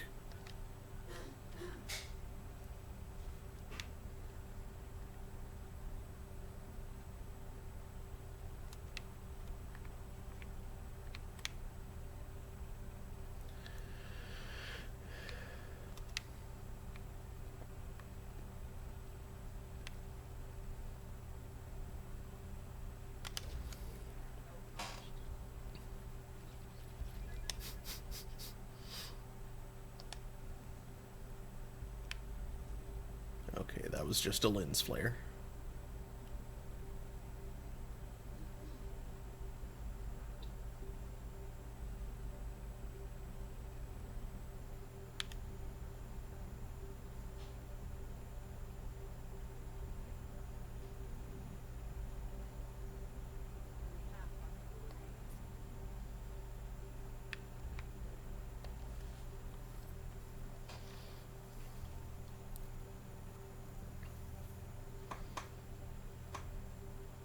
UV lasers are so pretty.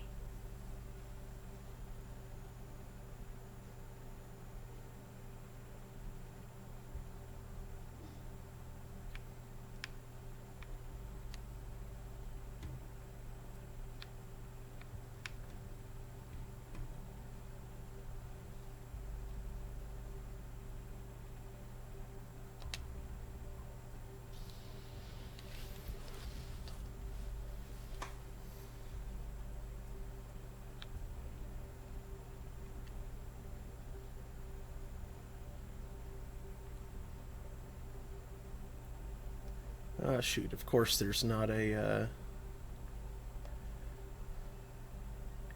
refueling station there.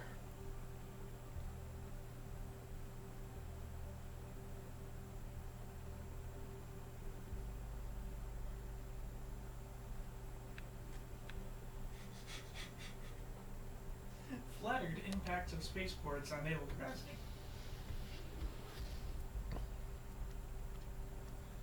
Typos and changelogs.com.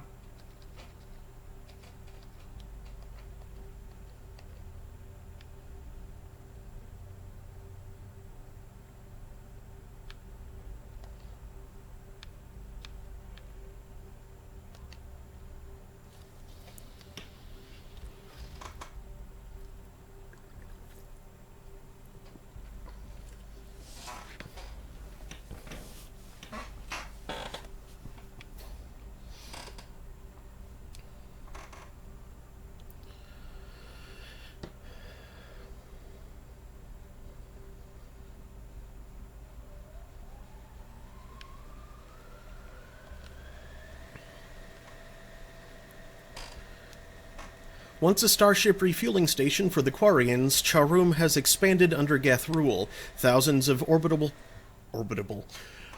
platforms surround the planet and its many moons, refining helium into helium-3. A vast Geth fleet comes and goes between Charum and Haestrom, preventing all but the most stealthy of spy drones from discovering any information about it. Current estimates place the Geth fleet numbers between 5,000 and 10,000 ships, with unknown levels of armament. Travel advisory. Most intelligence estimates that approaching Charum is tantamount to suicide. All civilian traffic is prohibited. Excuse me. By authority of Rick Sanchez. Orbitable. They're Orbitable. really massive. You can orbit them if you like.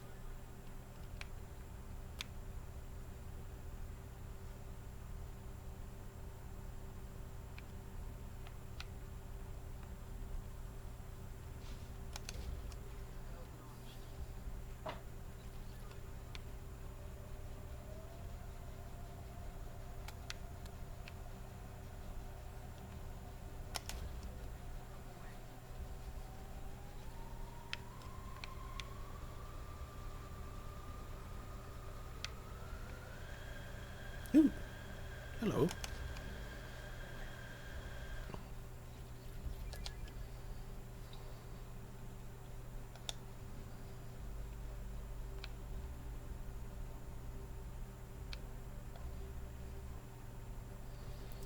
A dwarf planet, Gotha has a pressure cooker atmosphere that brings its surface temperature to a scorching level. Carbon dioxide and ethane are plentiful in the planet's hazy atmosphere. There has been some speculation in the mining community about whether all of the precious metals were mined by the Quarians before they fled the system some 3 centuries ago. Rumors abound that anyone who could brave the Geth in the system could find loads of naturally occurring diamond on Gotha, but this is likely just a Starship legend. Travel advisory. Gotha is in Geth space. All civilian traffic is prohibited. Good thing I'm not civilian traffic. Ooh. There may not be diamonds, but there is Ezo. Is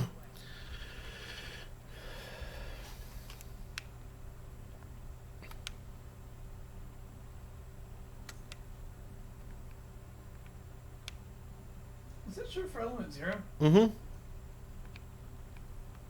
Ezo. Yep.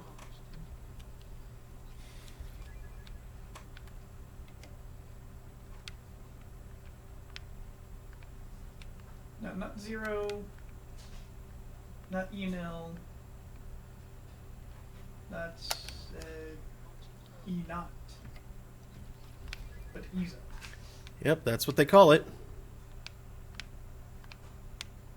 Odd direction is short method.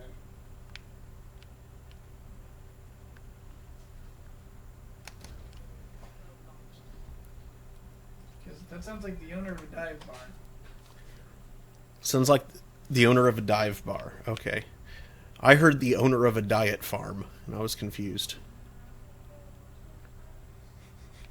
Diet farm. All our animals are Lean. They produce all only our lean animals meat. have half the calories.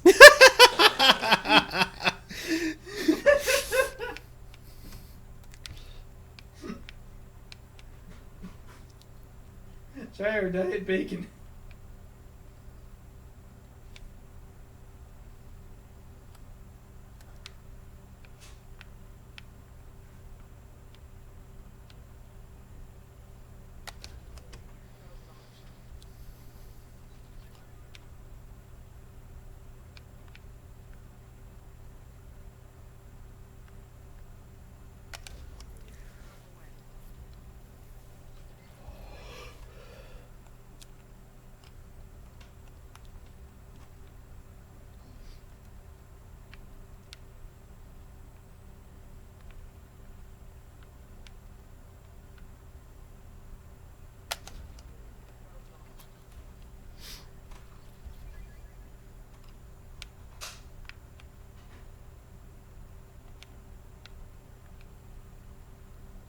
Whee.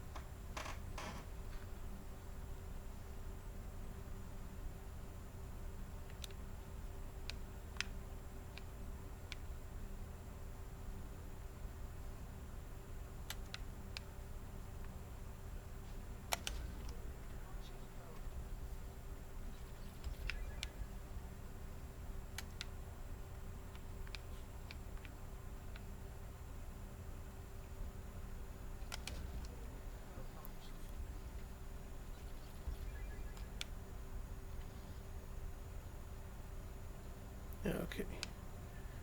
I'm going to keep on checking for ESO deposits. Even if it is depleted.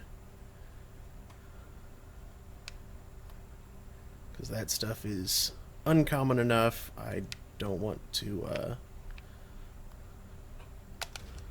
leave any source of that untapped.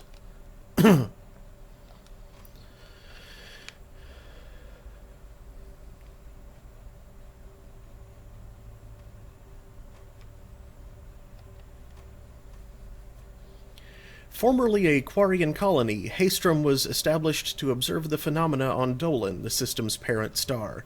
Dolan appeared to be unstable, with a high possibility of erupting prematurely into a red giant. Haestrom was lost to the Geth in 1896 CE. Soon after, all communications from the planet and its attendant space station ceased.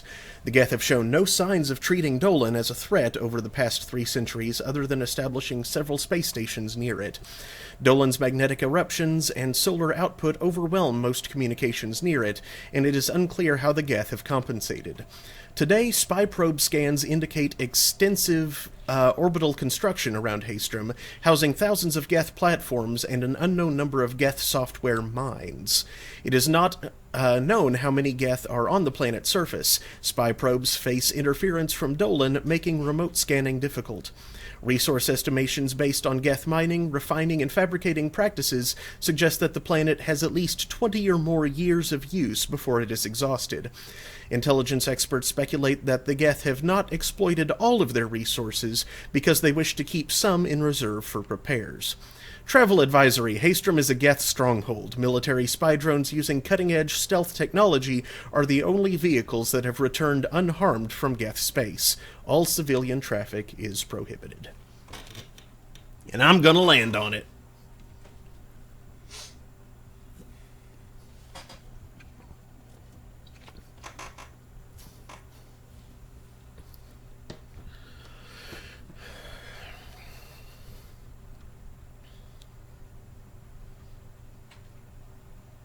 Well, again, if dealing with Geth, having some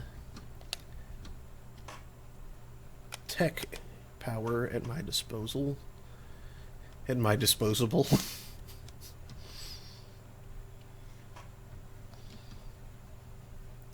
It's a bug that just caught fire because it stepped into the light.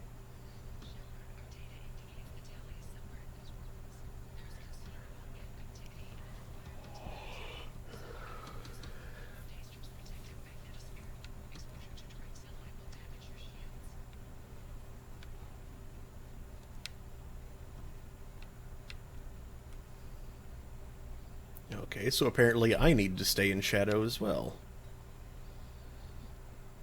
Let's, Yeah,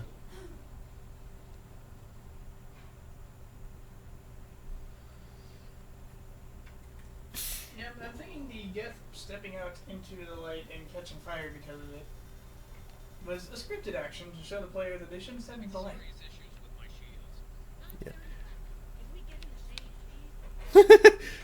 Okay, that was funny. Garrus said, "I'm having serious issues with my shields." And Kasumi said, "And I'm wearing black. Can we please step in the shade, please?" I like how she said please twice. Did I say please twice? Yeah. Oh, oops. I I was thought just... you said No, it was like, "Can we step into the shade, please?"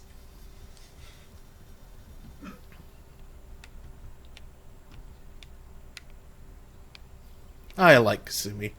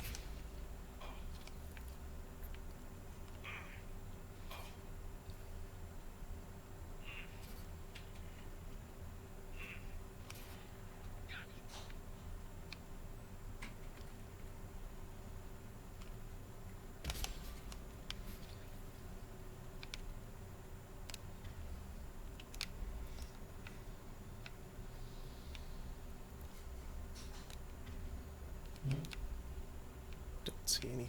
Oh, I hear Geth. They're not on my radar, and I don't see them.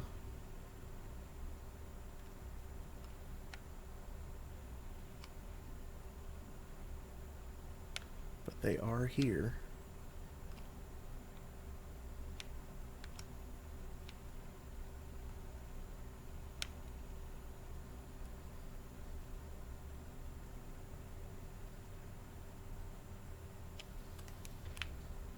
Oops.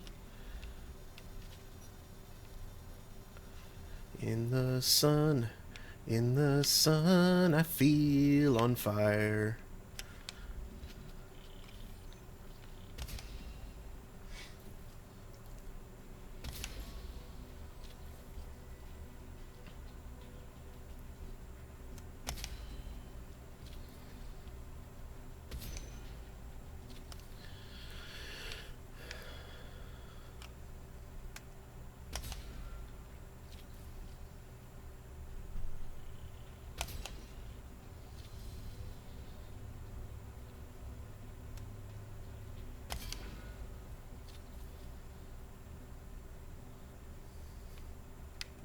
I love this sniper rifle.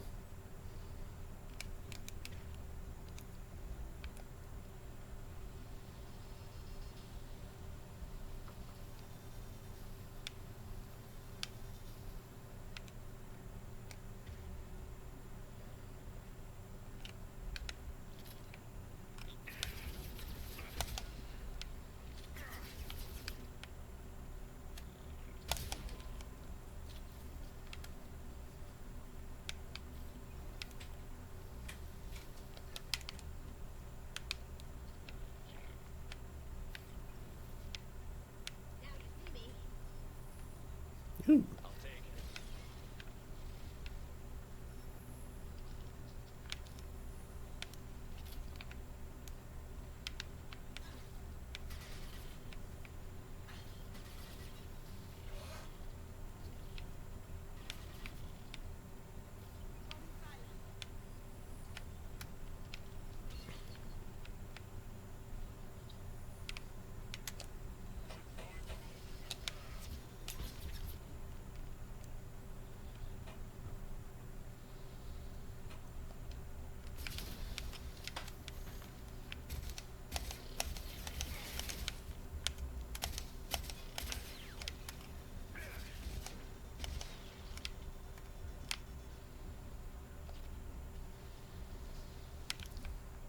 Oh, shoot. That's not good.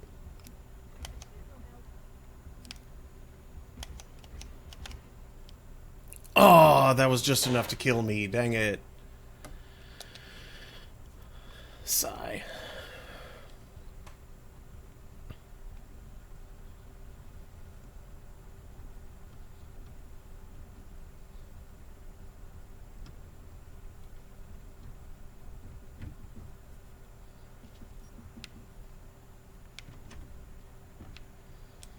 Okay, well, before I jump into that again, I'm going to go record my life real quick.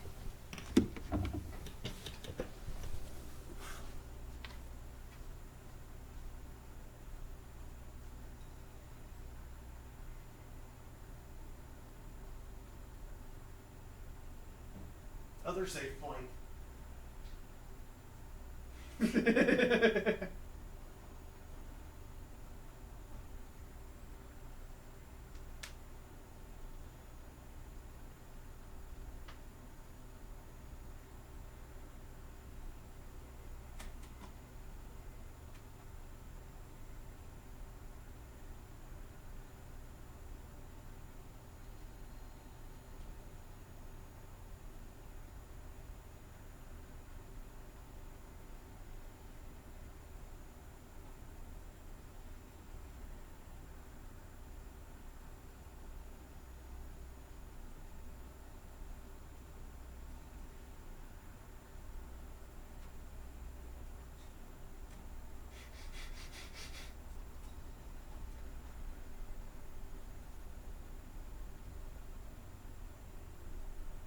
You called your toaster?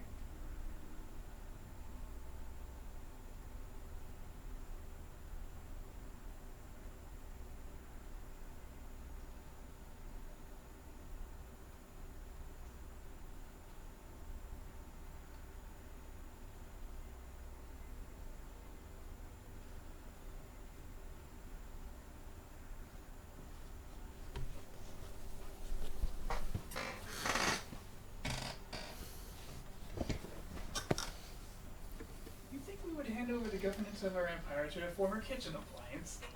What? That's something that a empire that doesn't like you will tell you if you're playing a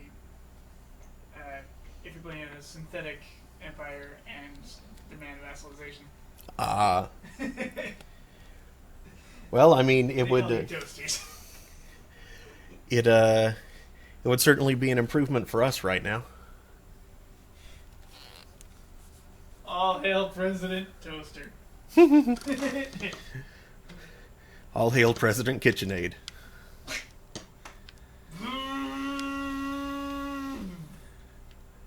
Brilliant speech, right?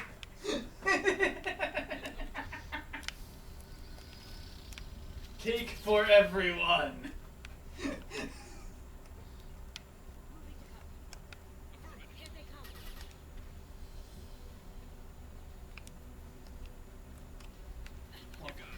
Whoop, whoop, whoop, whoop. Ooh, that is piercing once you know the frequency to listen for.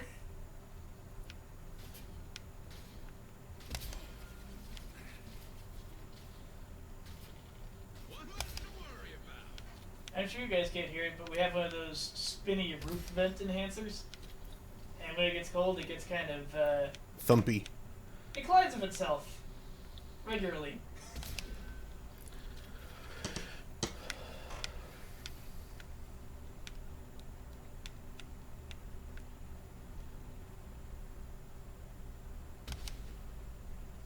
I wonder if one's supposed to occasionally do any kind of maintenance, like on the bearing or something.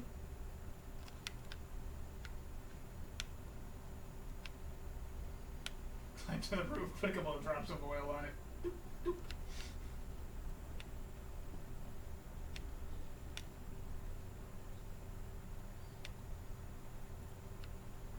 climate transformation.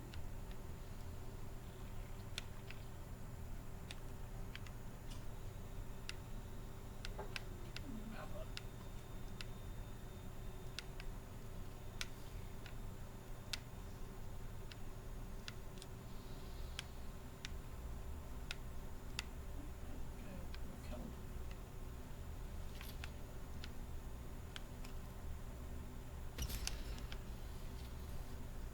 No rockets for you.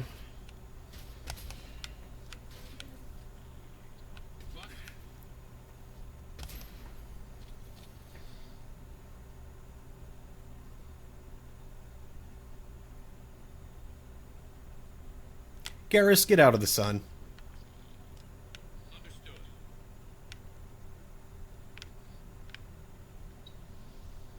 Actually, you know what? Stand right there. That's a good spot.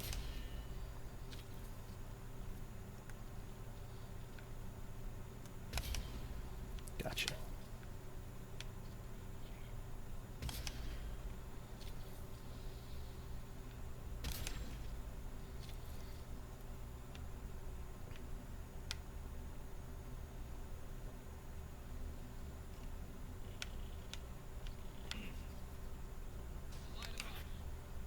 Yep, there's another one over here.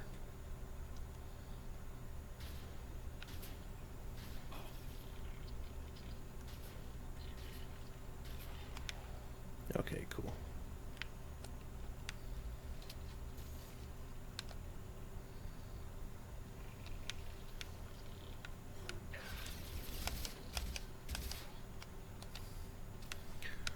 Why did the Geth spatter like white blood?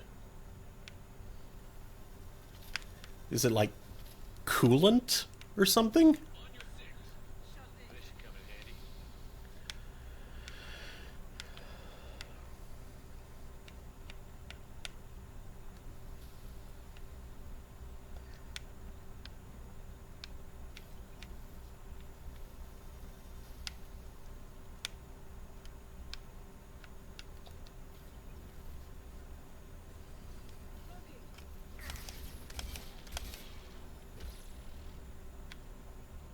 Nice.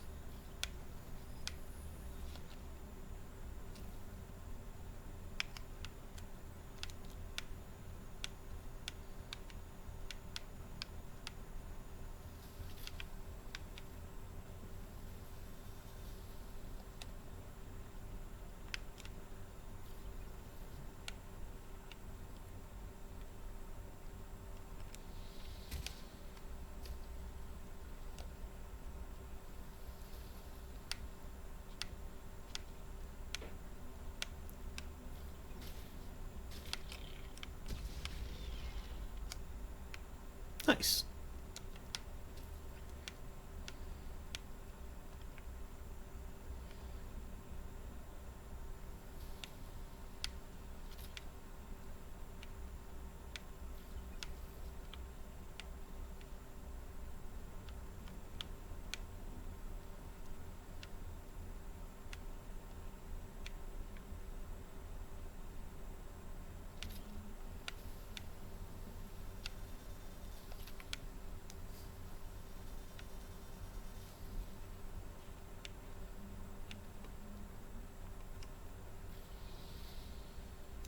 You got it. Lead the way. Okay, that's all that does.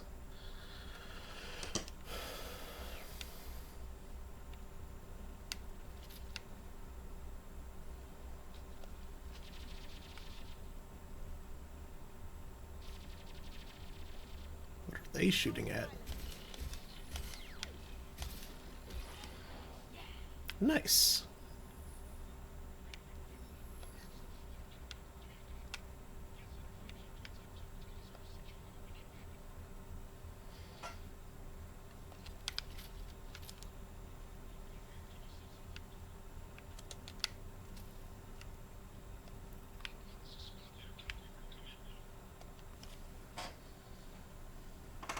This is Commander Shepard of the North. Can we provide assistance?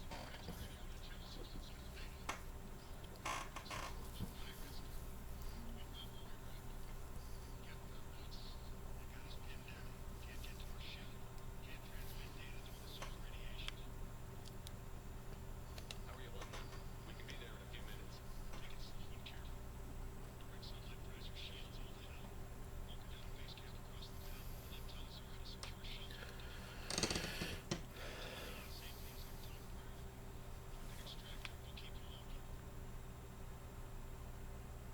Hold position.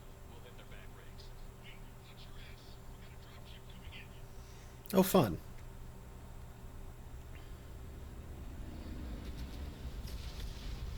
Lovely.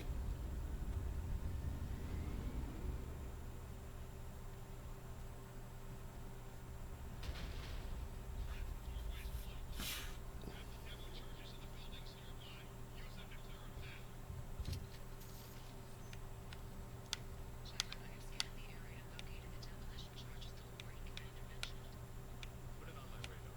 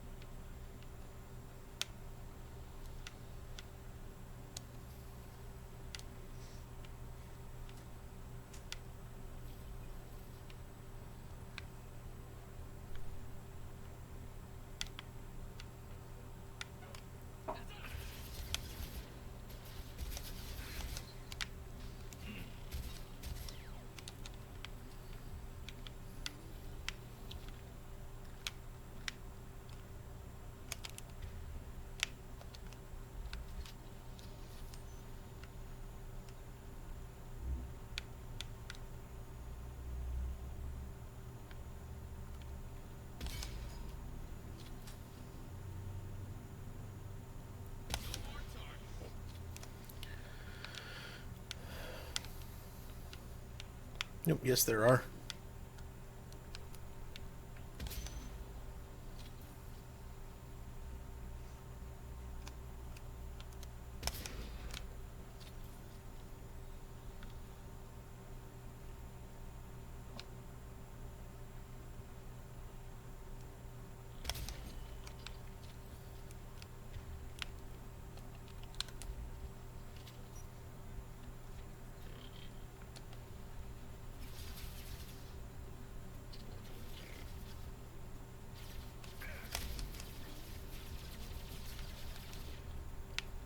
Well, that's not quite as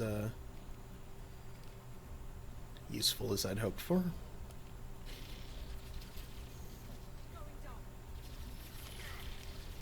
Oh, but now it will be.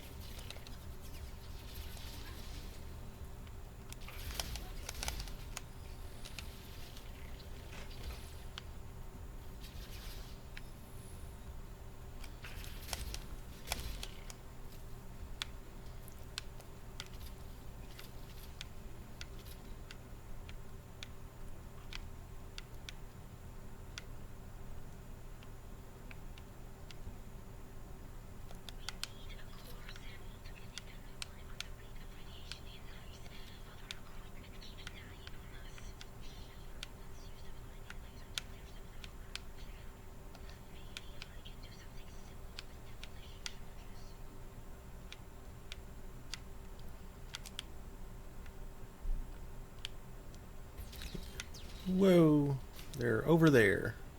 Okay.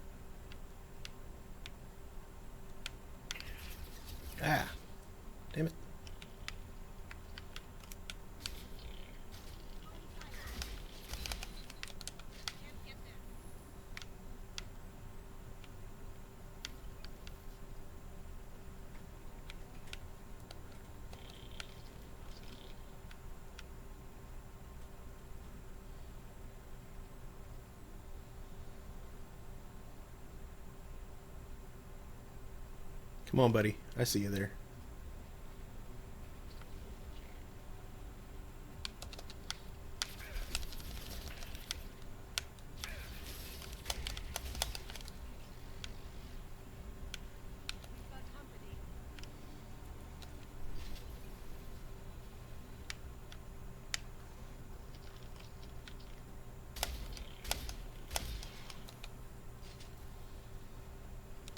Finally stopped sleeting out there. Oh, good.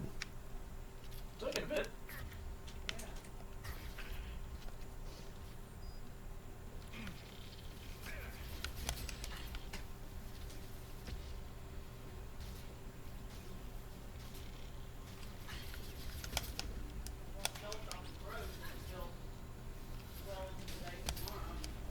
It's not great if you're losing Durant, Data, or McAllister, though. Or Mammoth, for that matter.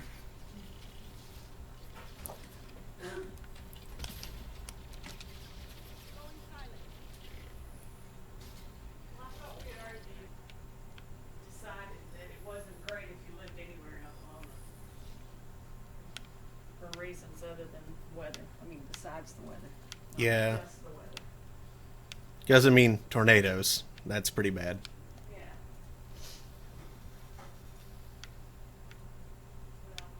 Well,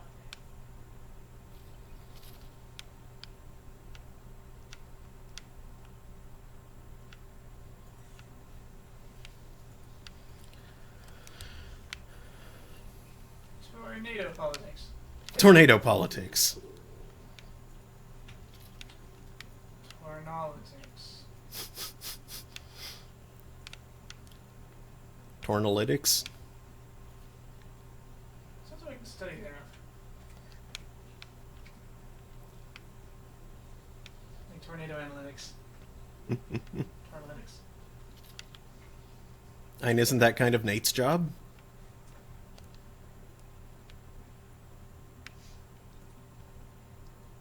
I think it was, but I think he's doing like something else now. Because we're likely to be permanently tornado free before we're likely to have politicians that vote in lockstep with the NRA. Yeah, this mess is running around. Oh, it's wandering off. Well, it's pretty nasty where it's still happening, it looks like. Oh yeah, like if you live south east of Ardmore, well,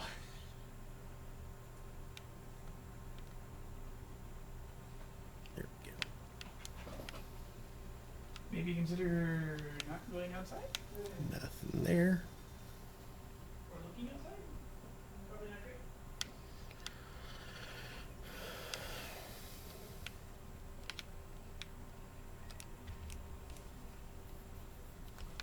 Oh, there's something still over here.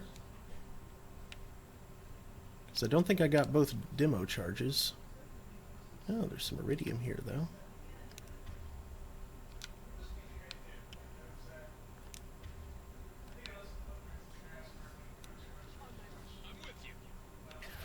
Oh, geez.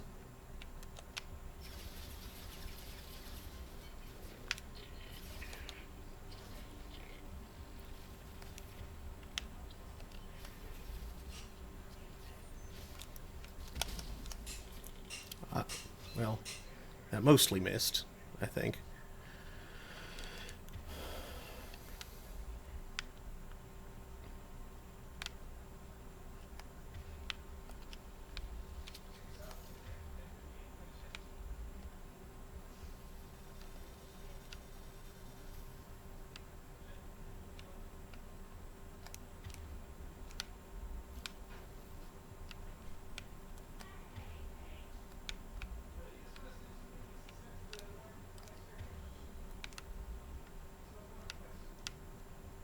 Here we go.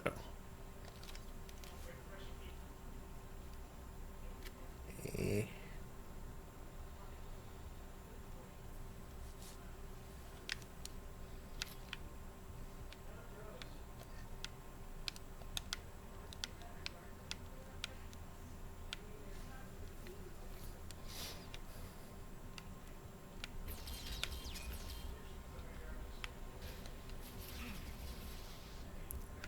boy. It's a lot of bad dudes.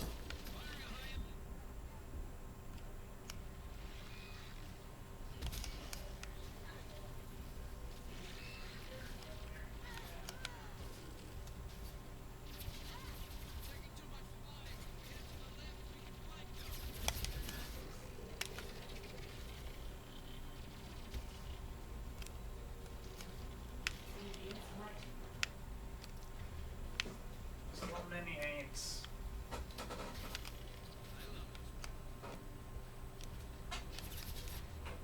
You never see any uncles back there. It's just ants.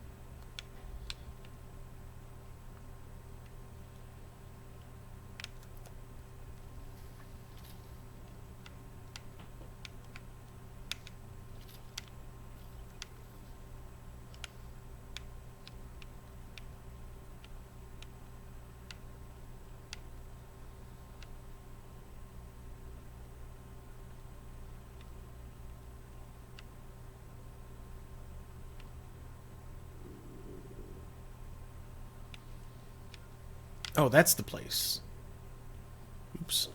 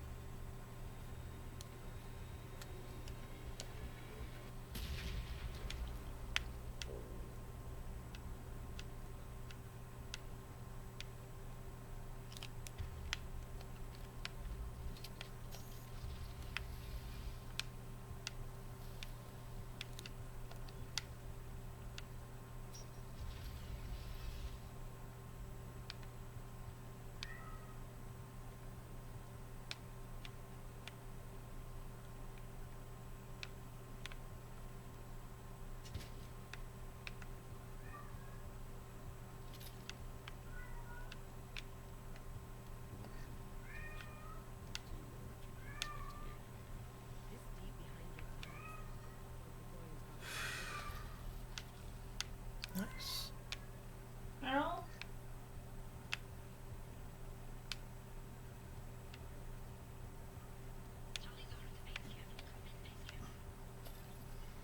pieces round.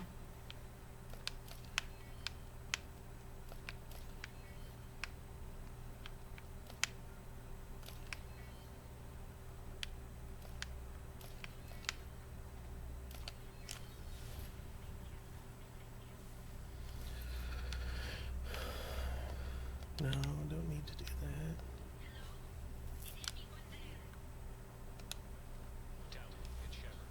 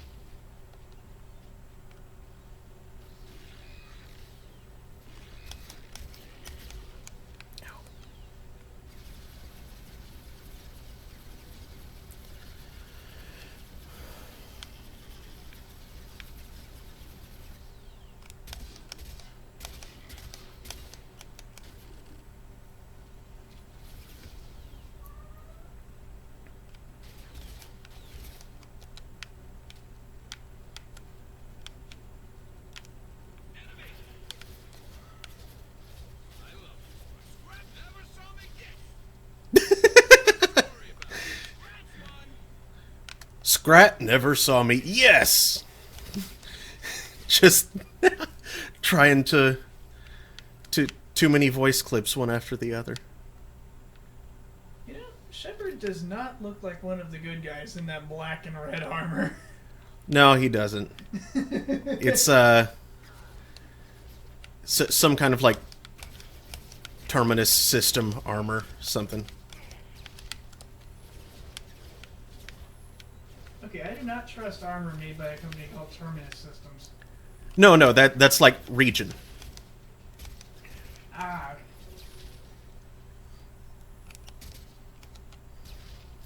Didn't they have a problem with like a moon crashing into a planet once? It was an asteroid.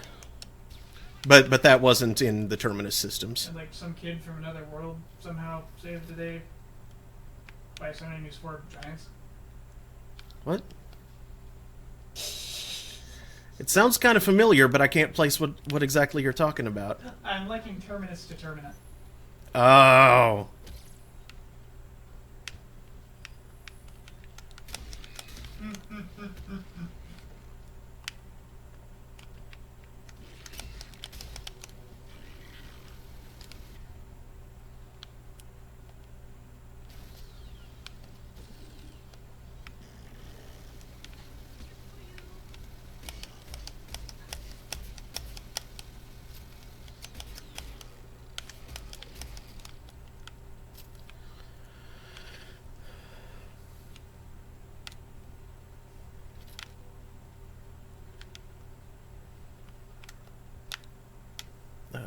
Let's see. Y'all stay right here.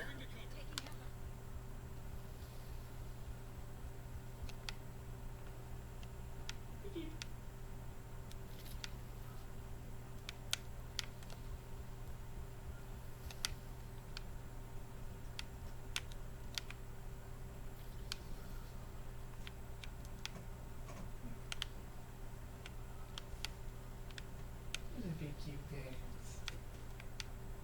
Hey. What's he doing?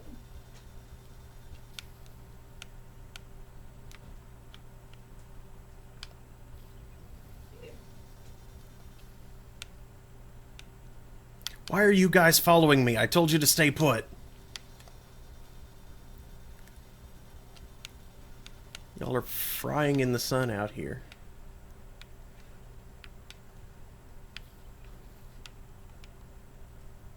Come on, guys. There you go. Wait for your shields to all come back.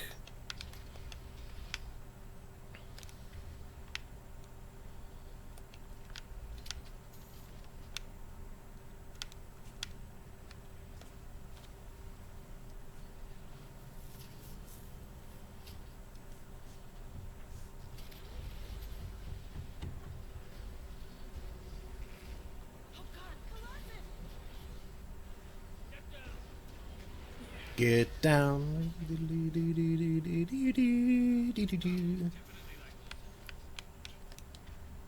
Well,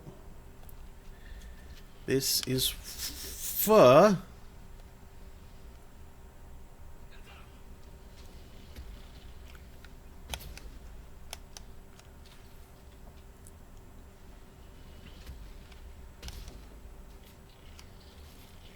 One less to worry about.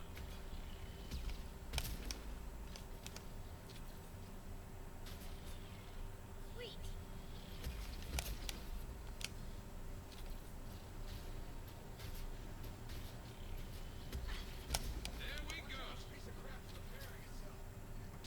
Seriously? Okay. Watch out. Good boy. Squad leader Cal Rieger, Vibrant Fleet Marines. We talked on the radio before that dropship arrived. Still got no idea why you're here. This ain't the time to be sick. Over there. Yes, killed the rest of my squad. They're trying to get to him. Best I've been able to do is draw their attention. You should go show up with Kawasaki on. Are you sure she's still alive? The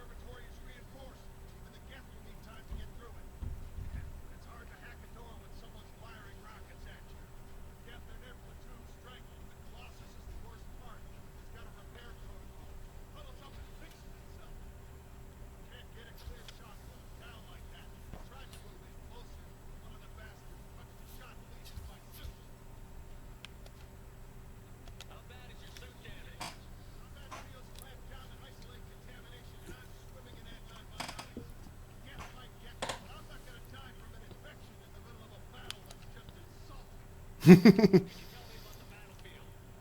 Whiteside's got a catwalk with a sniper perch. Make some havoc from there. None of my men made it past it yet. Middle's got cover. Damn Colossus has a clear shot at you the whole time. You've got Geth coming in from both sides. Left gives you some cover from the Colossus. Your ass is hanging out for the Geth. That's how I got shot. Any ideas on how to deal with the Colossus? Standard protocol with armature class units is to sabotage the shields and whittle it down, you know?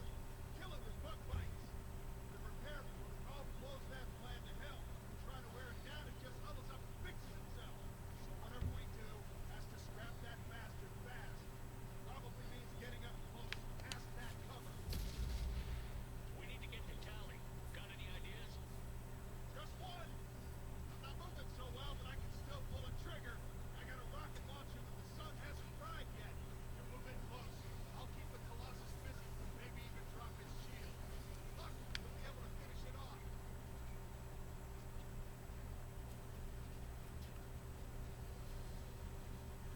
You've done enough, Rieger. You don't need to throw your life away. Wasn't asking your permission. My job is to keep Cali safe.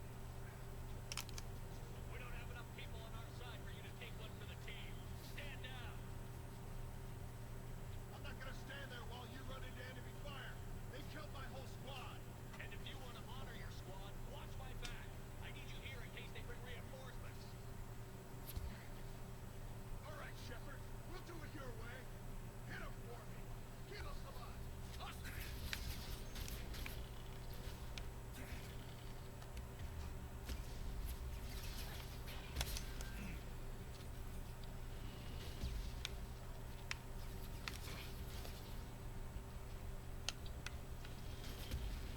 Ow.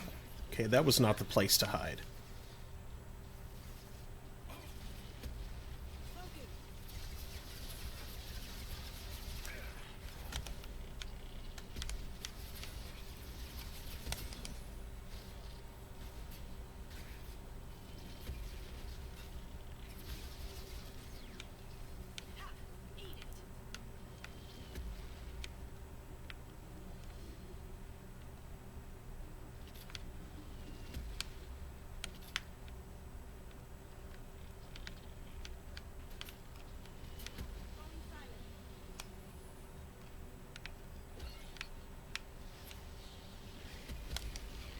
Dang it.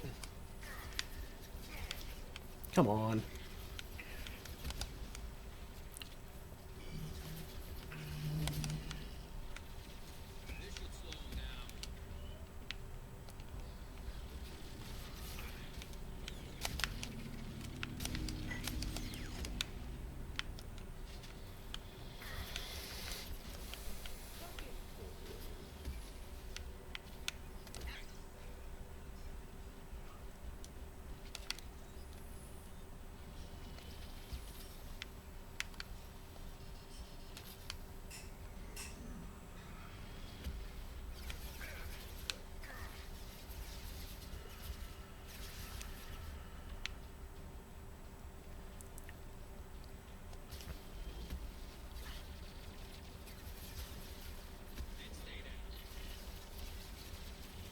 No, that's not necessary.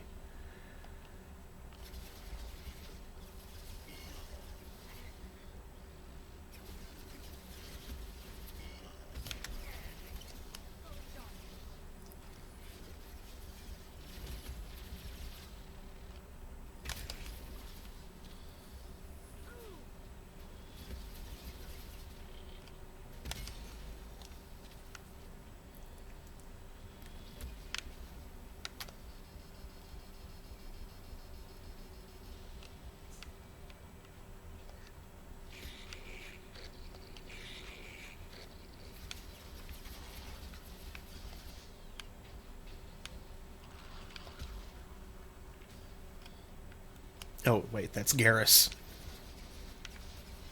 I don't want to shoot Garrus. He my friend. What are you doing, Kasumi?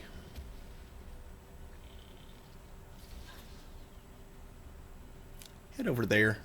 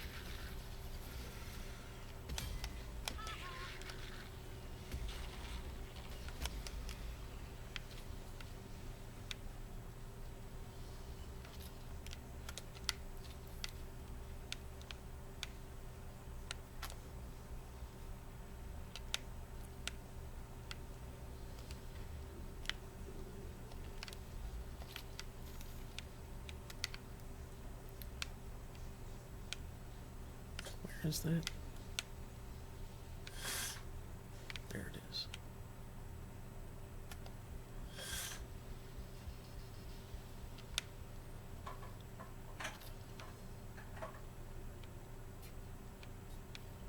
You doing okay, man?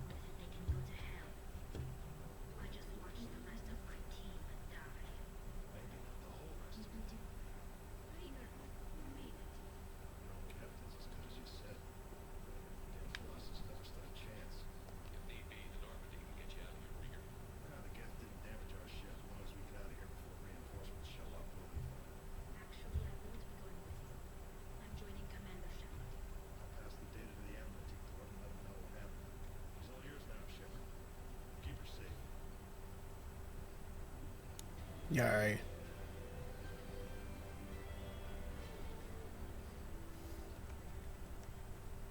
New weapon. New upgrades.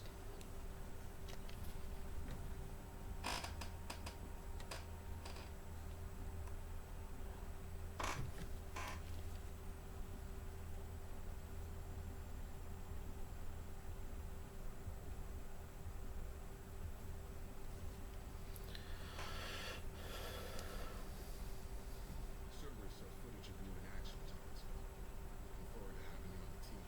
Your engineering expertise would really benefit the mission.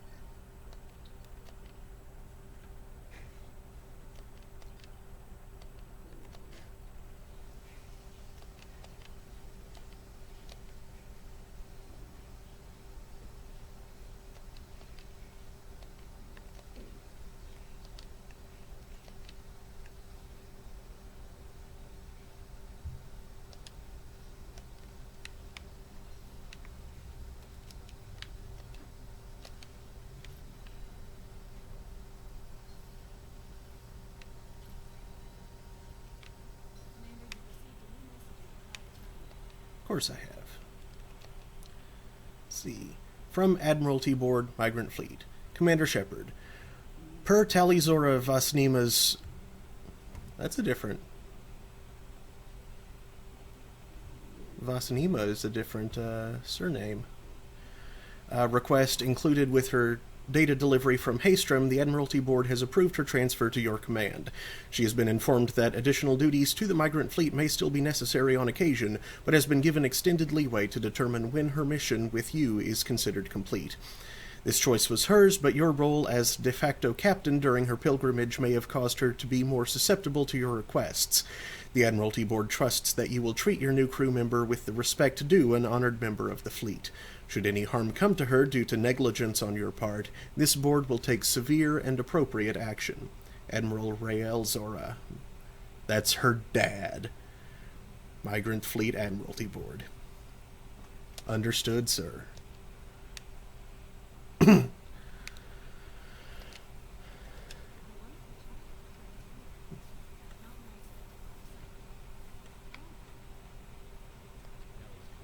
Wait, you're de facto captain, not de jure? Interesting. What makes you say that?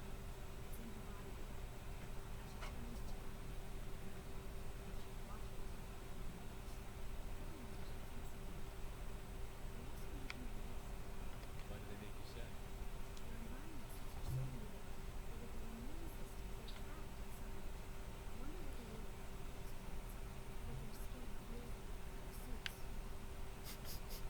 Are you attracted to other species? Is there anything I should know?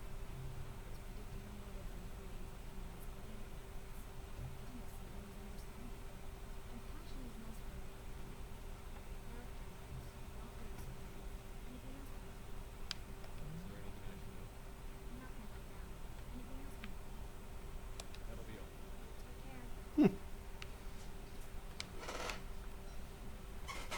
So Kelly is pansexual. That's interesting.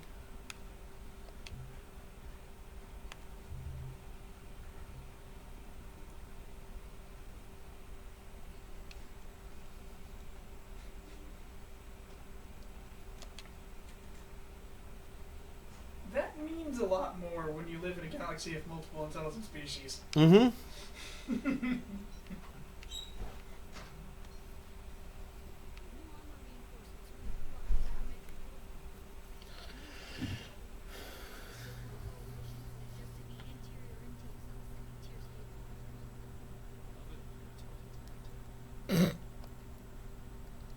What can we do for you?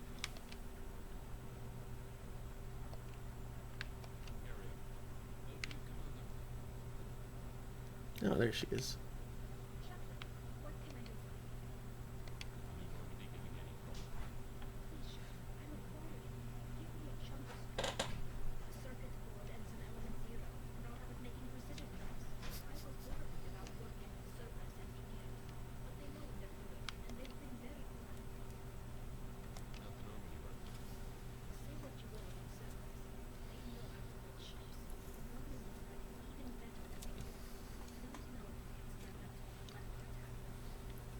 Not the Normandy part. Can you do anything to give the Normandy an edge with their electric ship? Hey.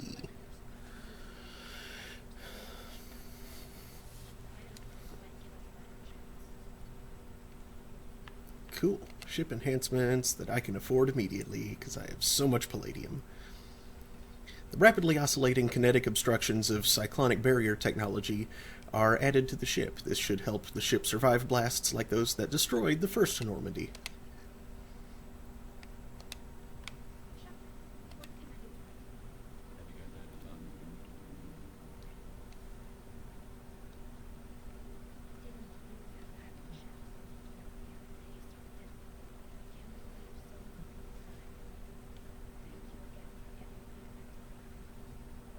you got time to talk? Have you heard any word about Calrica?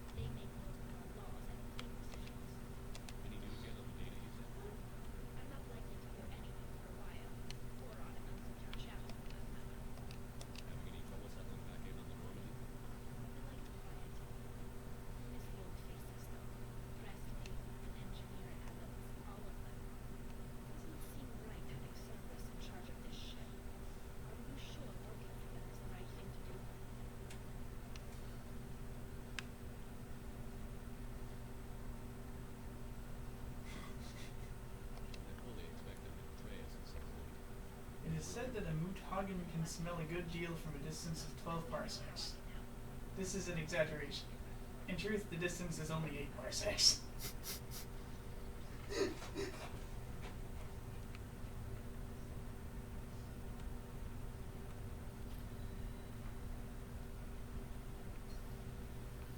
Parallax seconds is a weird unit of measure for aliens. Mm-hmm.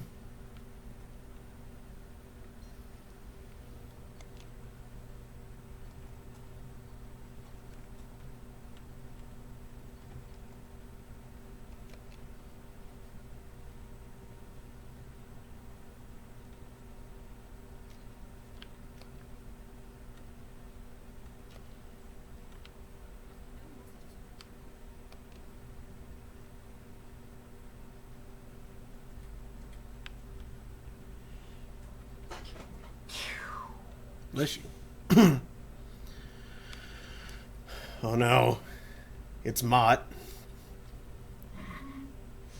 No, seriously, that's the name of this system out here. I was about to say, did he get really lost going to Juno this time? Going to Juno. Going to Juno. Going to Juno. This is space. Where is Juno? Going to Juno. Runs into a guest ship. Punch, punch, bear killer. Going to Ever wonder why there aren't any bears in space?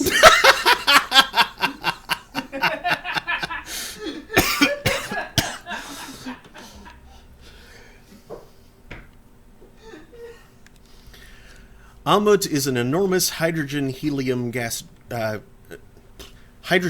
giant with a mass approximately 9 times that of Jupiter and nearly 2,900 times that of Earth. Despite massive pressure, its core has failed to ignite in a fusion reaction, qualifying it as a failed star. It is believed to have captured all other planet-sized bodies in the solar system as moons or impact events, leading to its name Devourer. Not intimidated by this phenomena, the Geth have colonized many of Amut's moons and skimmed the hydrogen from Amut's upper atmosphere. Travel advisory! Amut is in Geth space. All civilian traffic is prohibited. Wait, how big did you say it was? What? In terms of, it's only just in multiples of Earth? 2,900, I think it said? Yeah.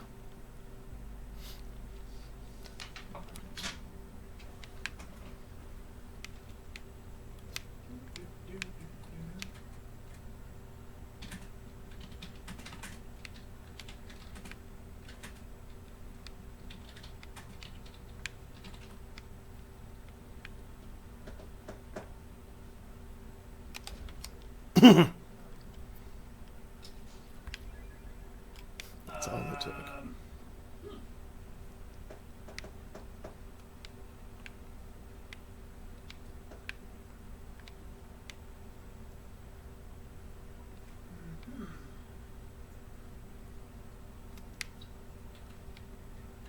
Ooh, there we go.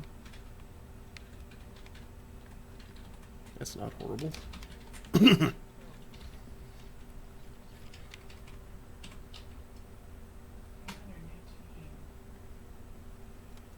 Ooh.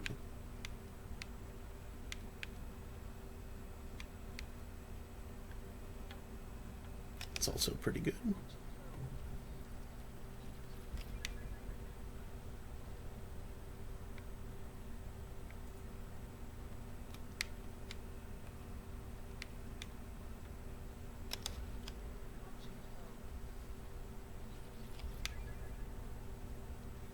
That's definitely big. For reference, Jupiter is 318 Earth masses. Mm-hmm.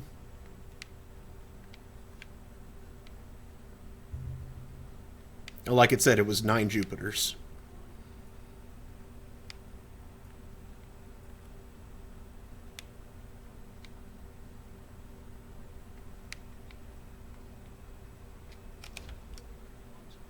Still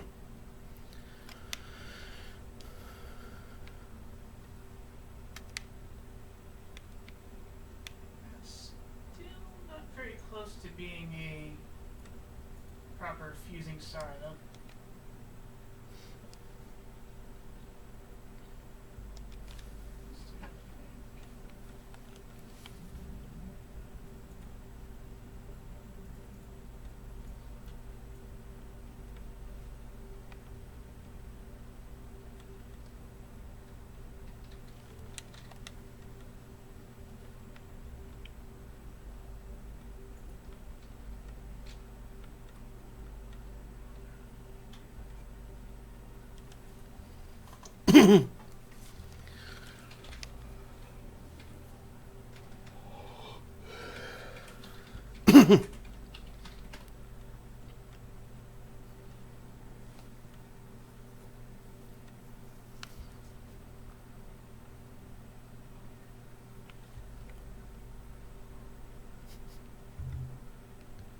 Whee!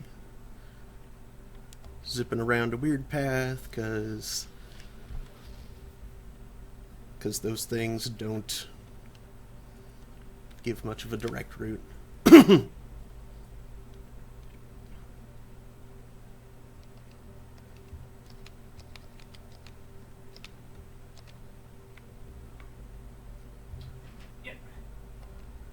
Looks like you need to take about 8 ammuts, slam them into each other to start a kind of hydrogen fusion. Even then, you'd have a little bitty red dwarf. Just barely class M, almost L.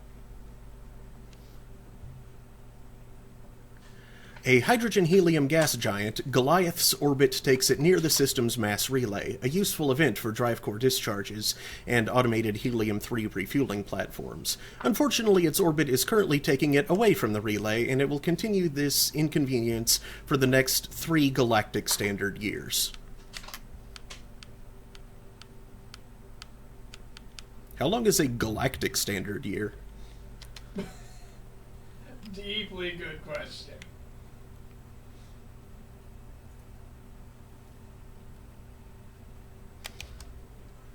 I mean, it noted that the period of its orbit is about 10, or over 10 Earth years,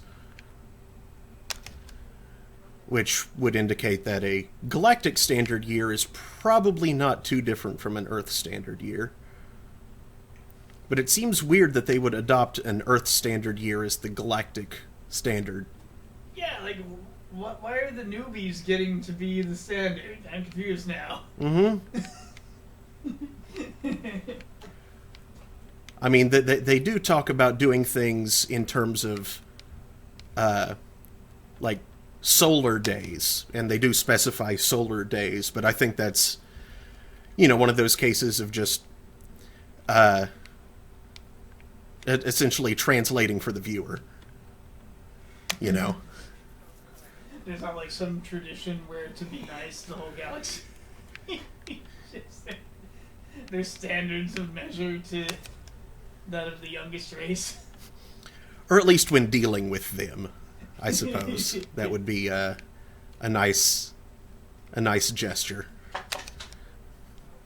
Because I'm sure, it's a linear conversion factor. Everyone's computer can trivially change units. Yeah. With 0 issue.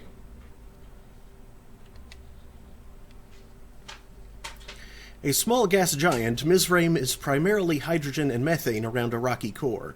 There is no remaining trace of the civilization from Joab on Mizraim itself, but debris orbiting the planet indicates that artificial satellites were once in place before being destroyed.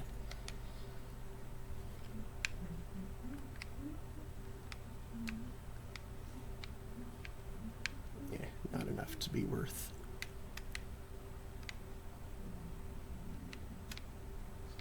Ooh, yes.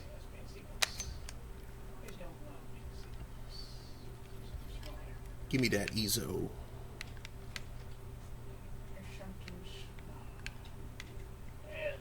Not to be confused with Uzo.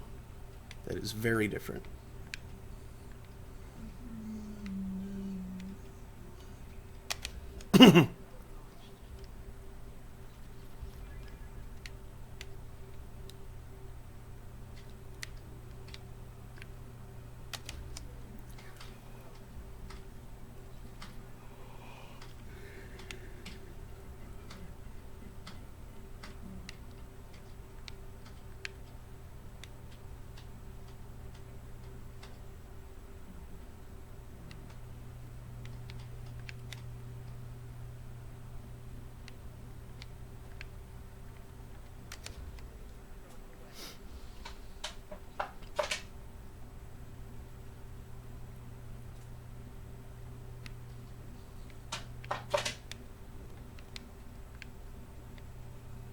Ooh.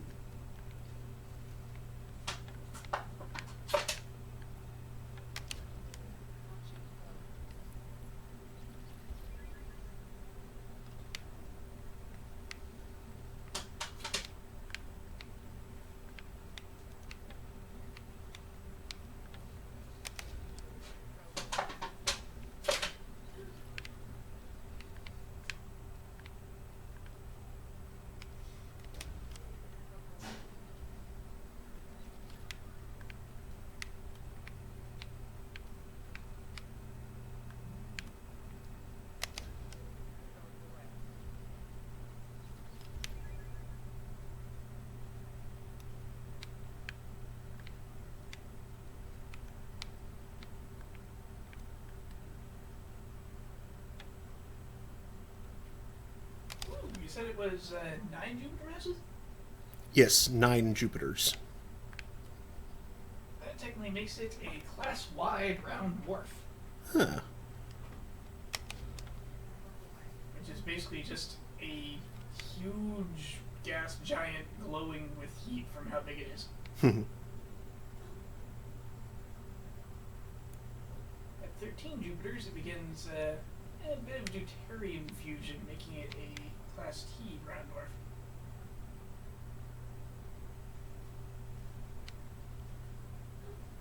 Which are weirdly heavy in methane.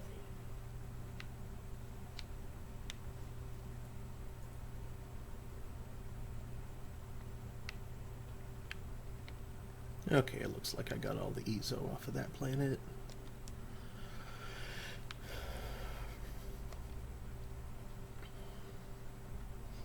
Laban is a desert world with sea upon sea of scorching hot iron oxide wearing away marbleized cliffs.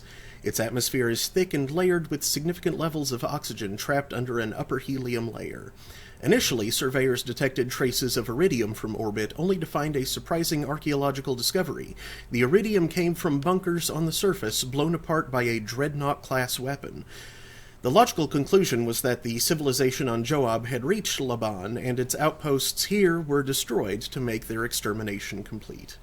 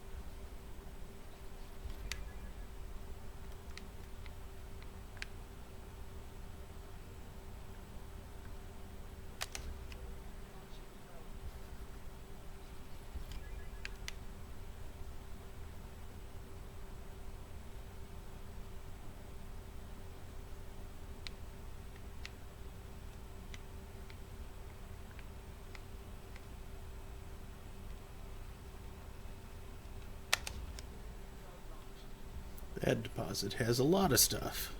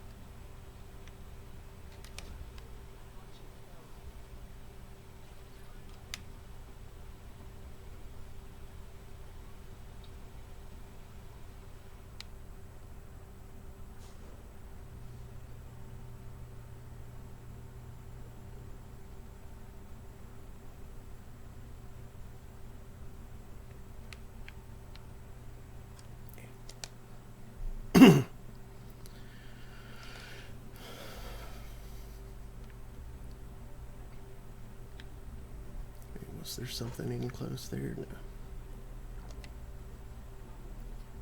Anomaly detected. Joab is a two-mooned habitable planet that is most well known for its mass extinction event. Thousands of years ago, Joab was home to a primate-like spacefaring civilization, as well as abundant flora and fauna. However, this can only be deduced from time capsules put into the ground well outside habitation centers. All cities and detectable dwellings were targeted in a massive orbital bombardment that turned them into vapor. The resulting dust shroud killed all photosynthetic life and all fauna dependent on it. Today, humans have recolonized the planet and are rapidly introducing their own species, beginning with cyanobacteria and heterotrophic bacteria, to bring a suitable level of oxygen and nitrogen for respiration.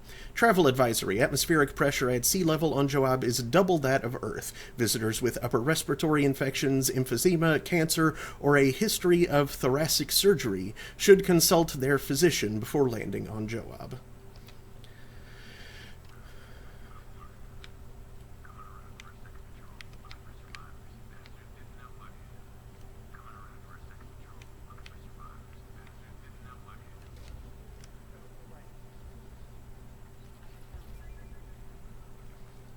Mercenary activity detected on planet surface. Communications match Blue Sun's encoding protocols. Possible location for rumored site of illegal archaeological activity. Blue Sun's intentions unknown.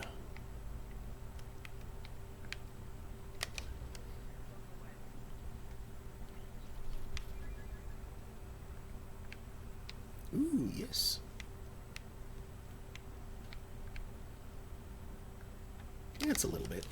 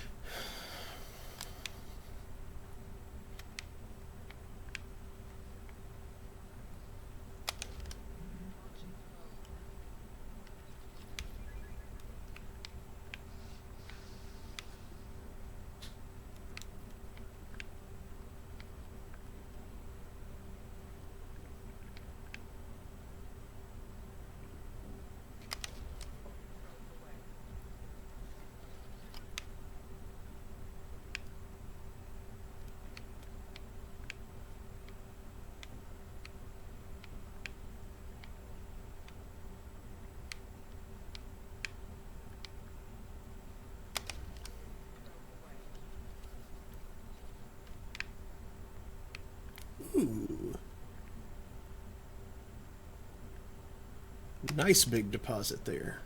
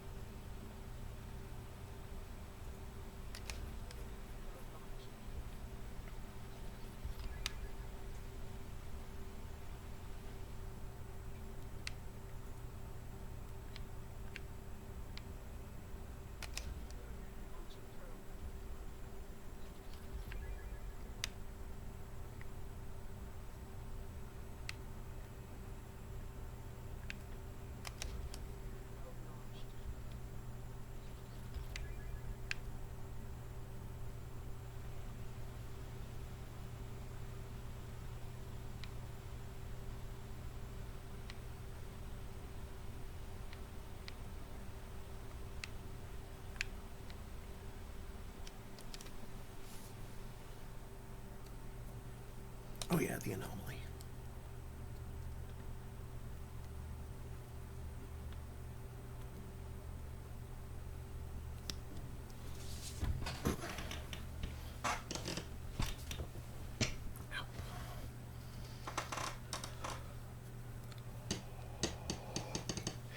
Yes. Yes. Good.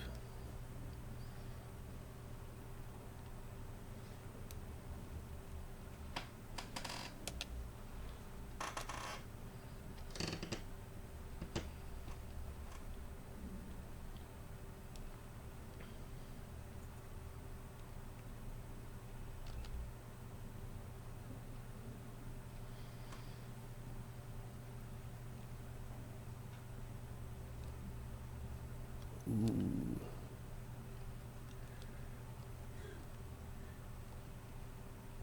Yeah. Yeah, that's good.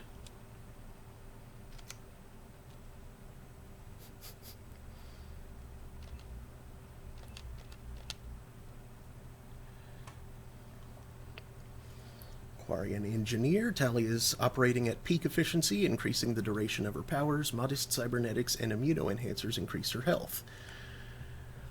Tali's expertise in engineering firearms of all kinds increases her weapon damage. Modest cybernetics and immunoenhancers increase her health.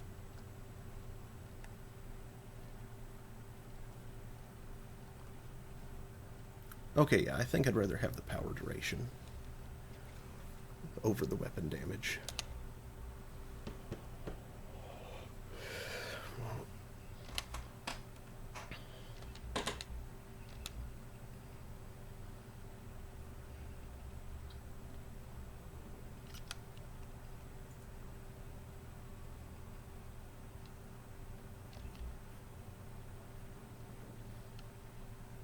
Let's see.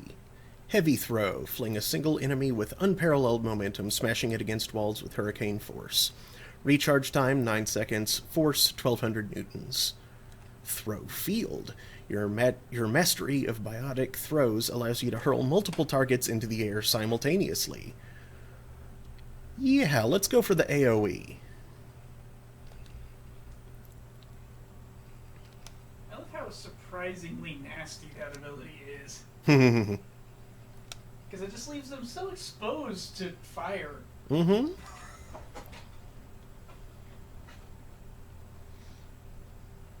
Ooh, a Batarian. Oh, well, sure, it's Blue Suns.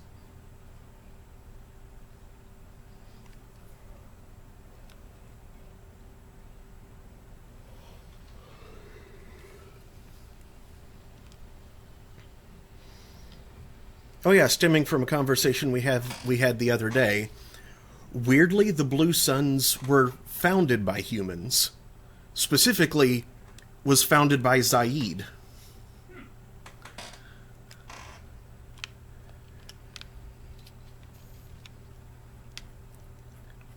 Doesn't that seem a little unusual? Oh.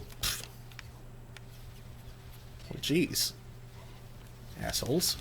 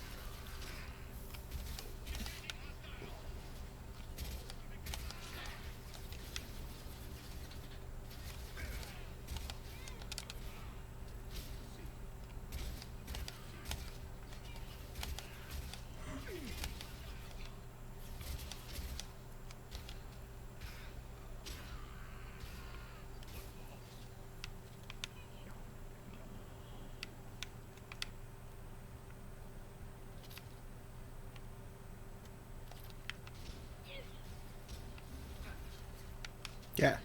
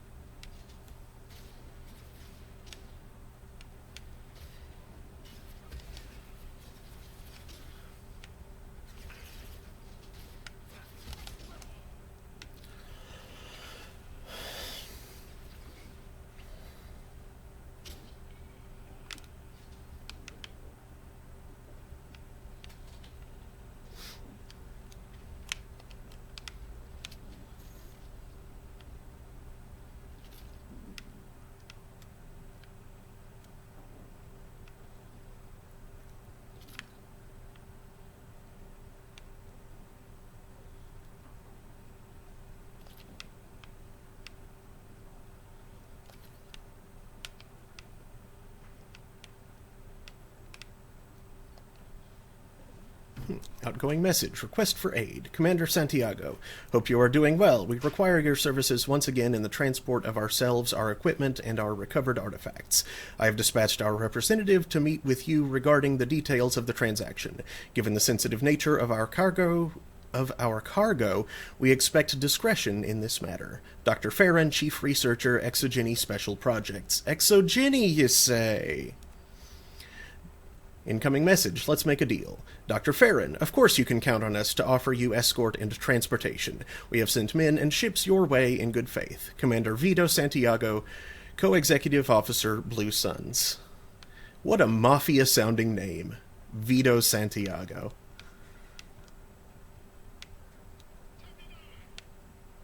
Never.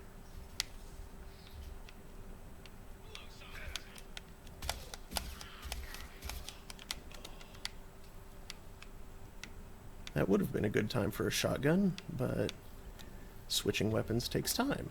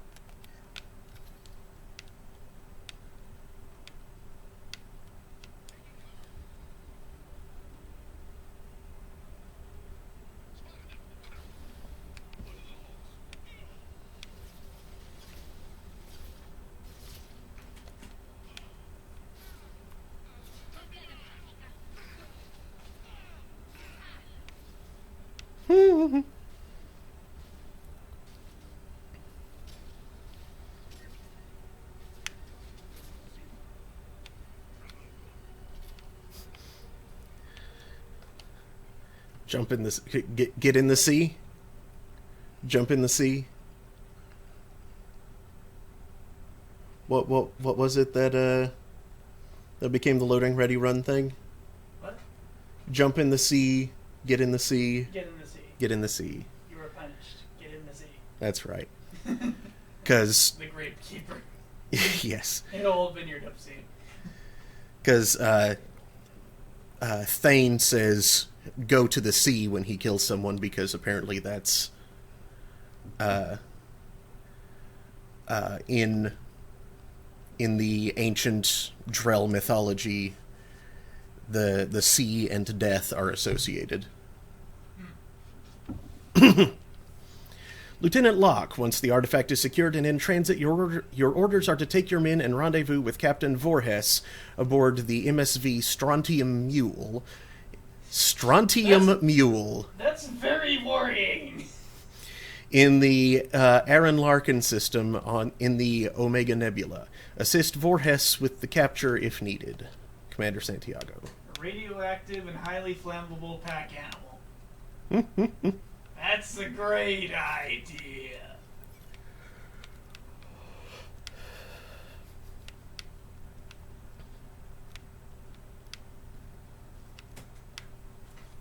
Okay. Cleaned up around here. Why am I listening closely to this sauce packet? To this what? Sauce packet. Sauce packet. I don't know. I was just holding it in my hand. I was like, what am I trying to do? Listen to this thing? Prothean video.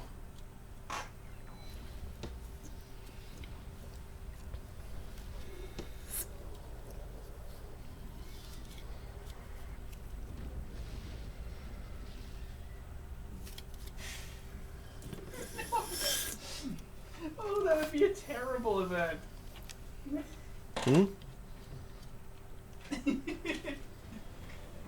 Something horrible in like Stellaris or Mass Effect, frankly. You stumble across like a video, like an alien video. Maybe it's a hologram. Maybe it's like a two-dimensional projection sort of thing. But it turns out it's it's just alien porn. Funny thing, there is actually an alien porn magazine. It's called Fornax. Calls itself something like the best in xenophilia. Features all kinds of different species. And Grunt downloaded the Krogan issue. a Krogan special issue. It sounds like your new crew member would be interested in it as well. Well, I mean, she's been with me as long as this has been around.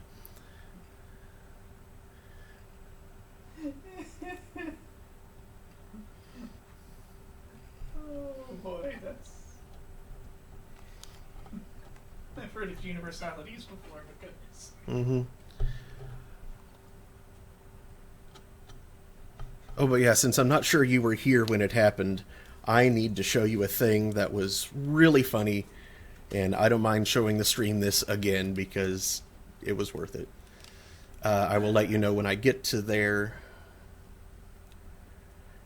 because I feel like I'm probably not done in this system yet.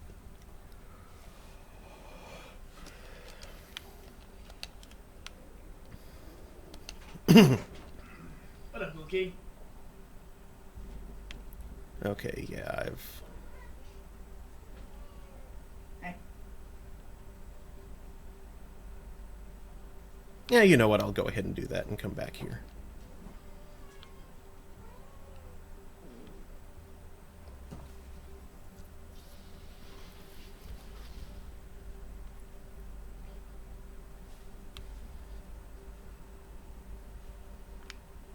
Oh, hey, wait. That's right.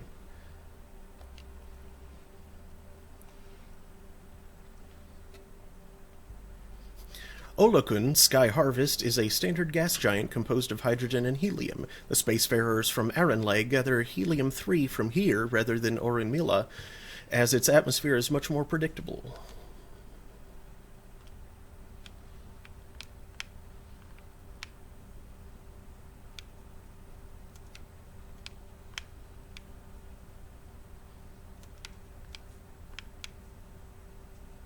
Ooh, there we go.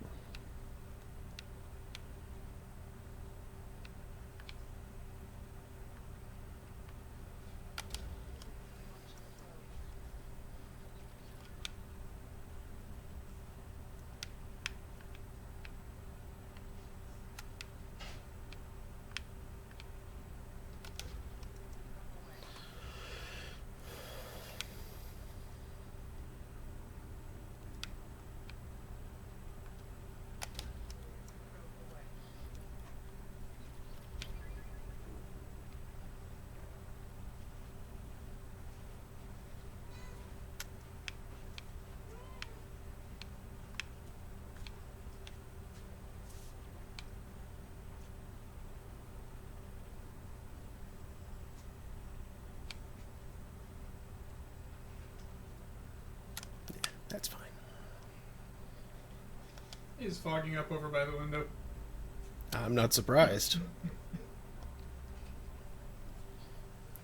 Aganju is an extremely large rock planet with a thin atmosphere of hydrogen and carbon monoxide. Abundant in both copper and platinum, the crust has been scanned by mining bots from Aranley, but the specialized equipment to work in Aganju's heavy gravity, more than 5 Gs, has created prohibitive costs, and so Aganju is largely unexploited. Aw, sweet Remy. You wanna jump in my lap? Come on. Good girl. Sweet Remy. Nip. Biting my elbow. Come on over, Remy.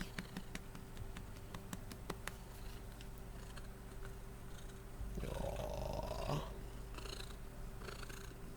Come on.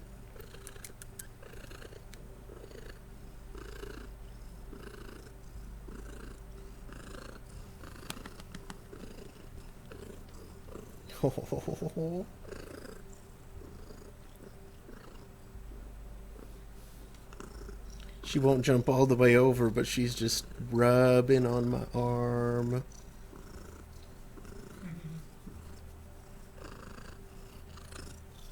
Affection beast. Mm-hmm.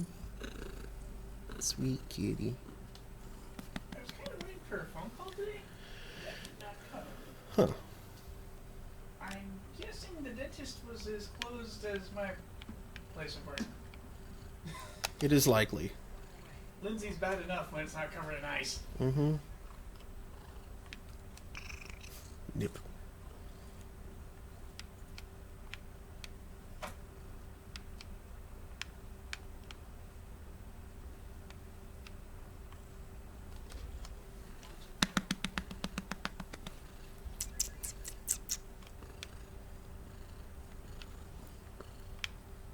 Come here, Remy.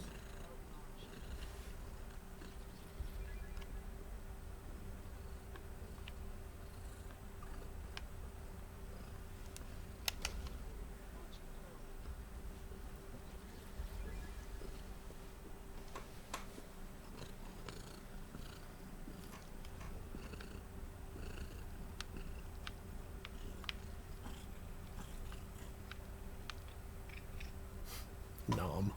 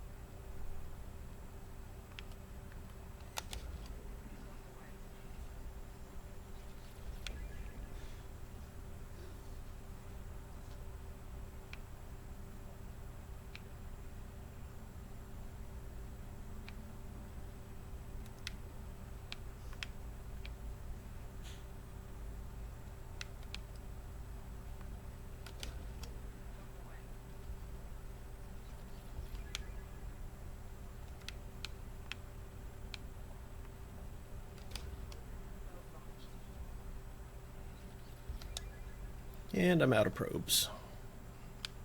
Fuel depot. Sounds like you need to take the Tide Probe challenge.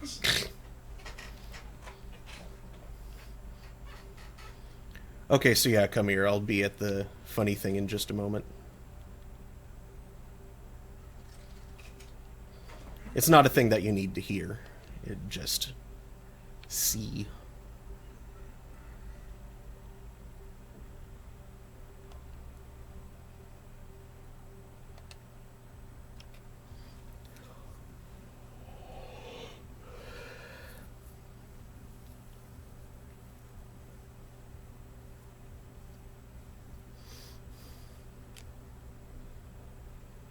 It's a weird crypt. That is the Shadow Broker's craft.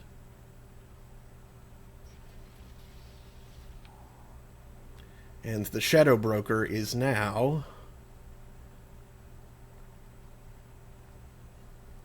Liara. Uh-huh.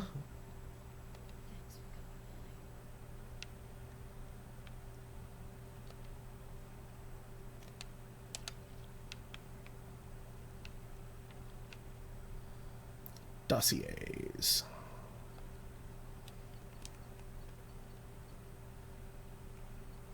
Talizora Vast Normandy. Oh, that's the name of her ship. Got it. Okay, so I haven't looked at her stuff yet. Grunt. Okeer's Vatbred prototype. Threat to continuation of genophage, likely minimal, but leak knowledge and location of perfect Krogan to Solarian Special Tasks Group. Recent extranet activity. Recent extranet search summary. Some of this is misspelled, which... Yeah.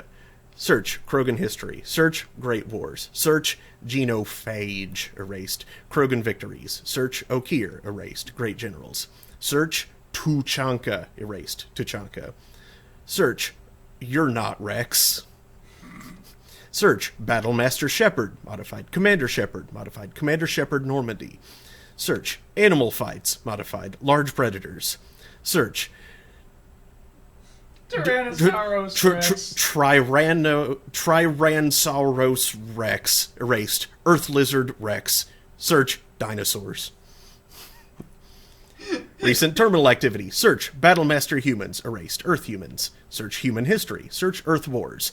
Download 6.1 terabytes news footage, Human General Historical Conflict. Search, Warrior Humans. Download 2.1 terabyte documentary footage, Human General Historical Major Military Figures. Search, Great Humans, modified Honored Humans. Download 0.7 terabytes news footage, Human Achievement Awards. Search, Great Storytellers Human. Search, War Stories. Download 0.67 terabytes literature, Human Writers Conflict. Search, Human Homer Kipling Hemingway. Download 0.13 terabytes literature, Human Writers Ernest Hemingway. Download 0.06 terabytes audiobooks. The Sun Also Rises, 14% completed. For Whom the Bell Tolls, 100% completed. A Farewell to Arms, deleted. The Old Man in the Sea, 100% completed. Search, Sharks. Oh, Grunt is hilarious. Mm-hmm. Hemingway fan there. Yeah. I mean, he's like... He is a Krogan that was grown in a test tube, basically, and has been cognizant for maybe a week. And he is just hungry for knowledge because while he knows things, basic knowledge was implanted in him,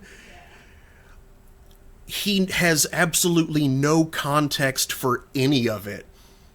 So he is just voraciously consuming knowledge that he hopes will give him some context for what the heck all the stuff he woke up knowing, basically, knowing what that means. Well, I'd like to see him broaden his horizons a little bit, not just Hemingway. Right. Well, Hemingway's going to teach him to get drunk a lot and fight a lot. well, his search term, it started with search war stories, and he got a whole bunch, and then he searched more specifically human Homer Kipling Hemingway. Okay. So he's gotten a lot more than that. It's just that's all he's gotten through so far. Recent transactions. Catalog order. Ultra Black Ops Mega Catalog. Purchase 2823 UG652. Case Premium 54 ER Engine Oil. Video download. The Madness of Sacrifice. The unauthorized biography of Warlord Okeer. Purchase 2856 UG122. Economy box Fish Dog Food Factory Tasty Bites. Video download. When Fauna Attacks. Volumes 1 through 10. Purchase 3254 UG975. Batax's Hot Fish Spice. Video download. Vania. Video download, Asari Confessions 26, True Blue. Purchase, 9683 UG 662 Fornax Special Spotlight Krogan Edition. Purchase 8856 UG 972 Captain Cosmic Action Figures, Gar the Krogan Battlemaster with real smash your enemies action.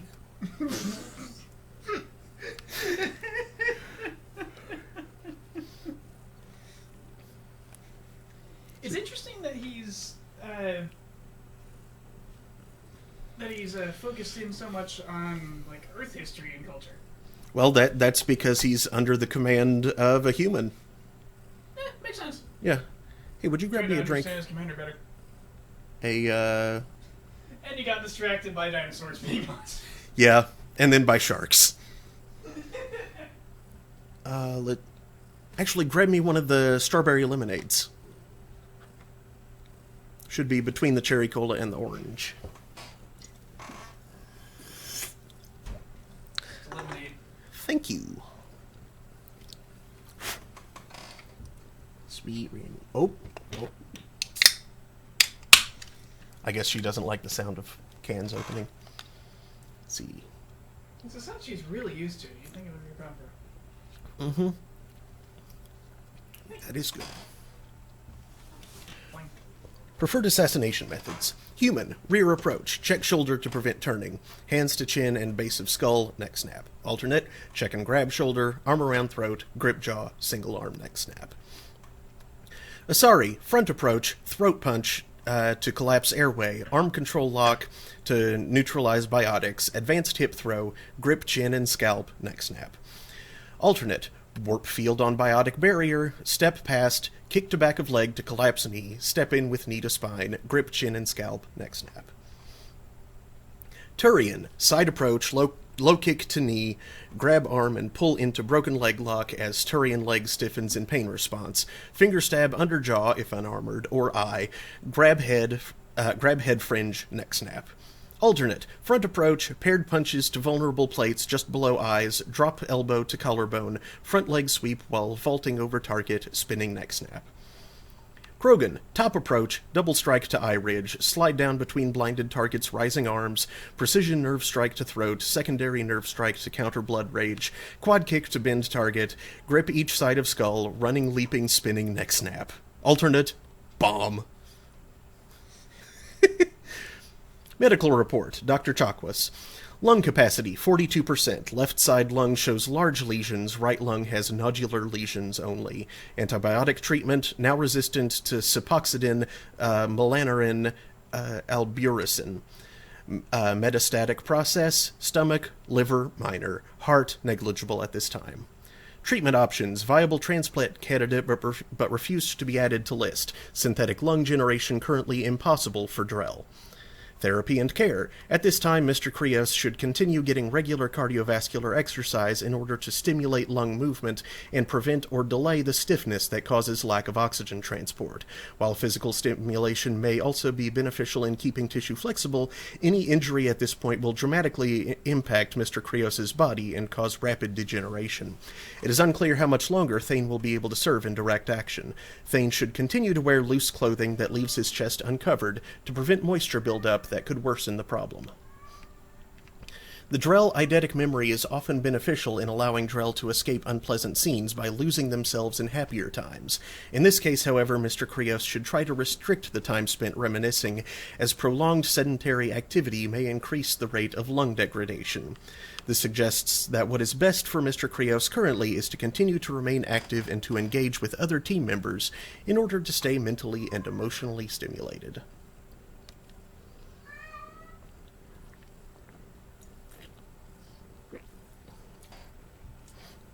Okay, so anything else funny?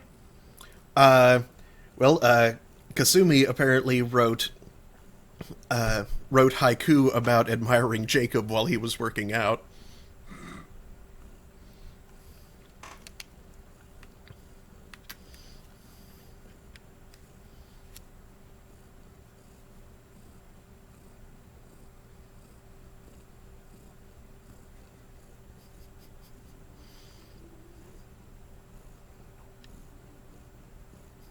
That's adorable. Dang, Remy, you just can't get comfortable. Interesting that she managed to work the line "I am a puddle" into haiku. Mm-hmm. Oh yeah, so that was the Shadow Broker. Weird looking thing. It is suspected that,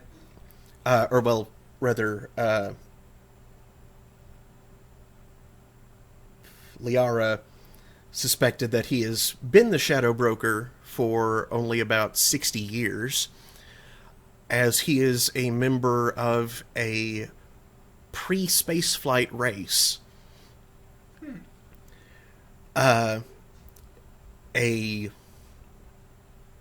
team belonging to the Shadow Broker landed on their planet looking for a specimen. He wanted to leave. Like, he was like, I am sick of this backwater. I know there's more stuff out there. Take me with you. And eventually he wound up rising in the ranks, like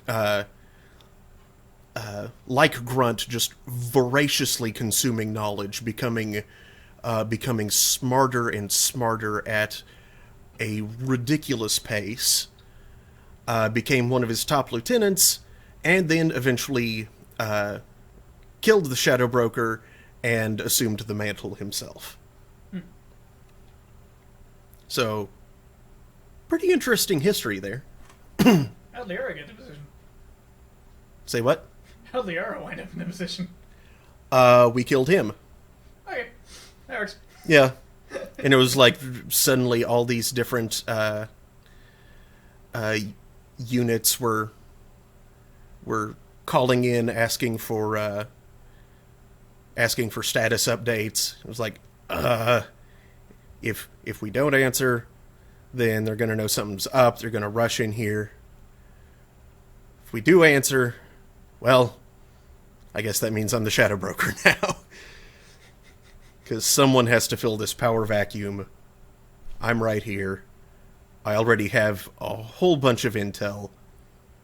Because, like, in the 2 intervening years, she's taken up she's become a powerful information broker. Becoming the Shadow Broker themself, is kind of the next logical step, I suppose. Interesting place for a former scientist to wind up. Mm-hmm.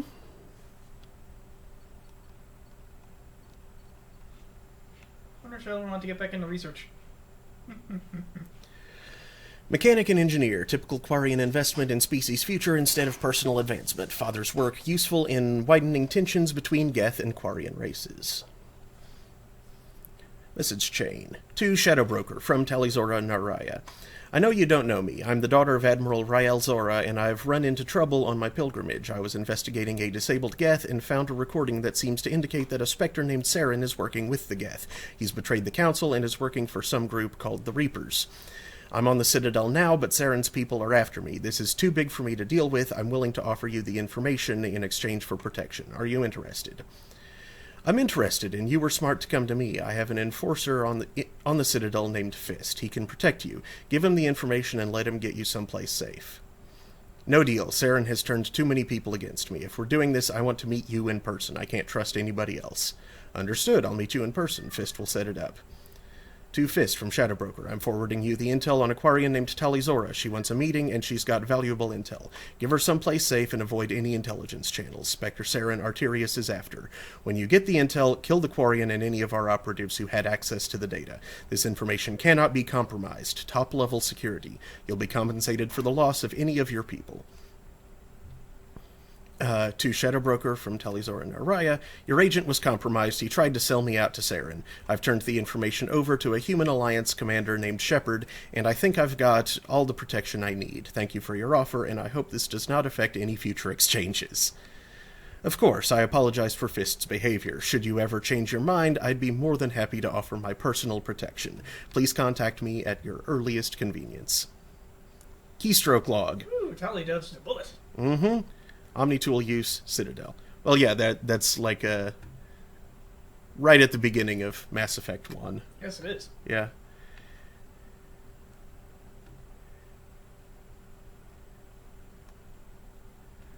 No, it's a whole bunch of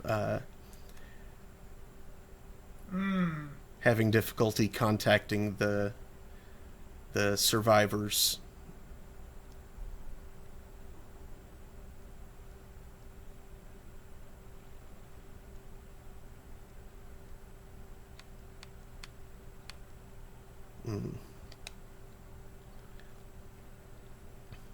Asari Justicar. Rigidity of Justicar code makes her movements and mission outcomes predictable. Mother to 3 Ardot Yakshi, one of which remains wanted for murder in Citadel space. And when you overheard me yesterday, probably, talking about vampires, that the Ardot Yakshi are effectively Asari energy vampires.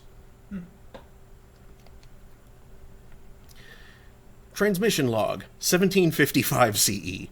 I have called you together to ask something of you. It is not a small thing, but it is for the best. Rila, Falere, are you receiving this? Quite well, Mother. We're in a common room. Her communicator's too near the door. Door shuts. Try now, Mother. This news would be best delivered in person, but I am not allowed to travel before tomorrow. I have something I must do. It is hazardous, and thus I must do it alone.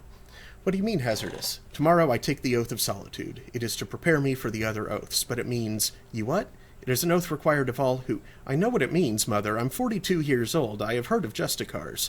Then do you understand why I must do it? No. The life of a Justicar is dangerous. I will make enemies, and they would seek to use you. That I understand. What is not clear is why you do this in the first place. Is it not enough that we live 100 light years away from you in a dank fortress? That we have no communicator of our own, but must use this communal one? Do you know what it means to us to hear your voice? I am sorry, Falere. And now you take that away. That is wounding, but it is the truth. I wish there were some other path. And you called us instead of coming to see us. If I came to see you, I would never leave. You know what that would mean. Is she that terrible, Mother? Is she so much of a menace that you would deny us ever seeing you, ever hearing your voice again? My dear, I cannot lose her on the world. I cannot loose her. That should be loose her on the world and pretend I owe her victims nothing. Her crimes are my crimes. In time you may see as I do. Time is a weak salve for a fresh wound. Please, do not let anger ruin this. We will have our lives to contemplate the pain and loss. Can we not see from one another's eyes just for a moment? Falere? I don't want to lose you, Mother. Not over someone as small as Mirala, or whatever she calls herself now. And Rila? You have been silent. Are you in accord? I can only say I will yearn for you too. Surely you have more than that. Is this the only way you will have any righteousness, Mother? It will let me live a just life. Then the goddess forbid I take you. Then goddess forbid I take it from you. Rila terminates call. She loves you, Mother. She did not say it, but she does. And you? Can you understand why I must do this? Catch her. Just catch her. Oh, shoot. A show is about to start.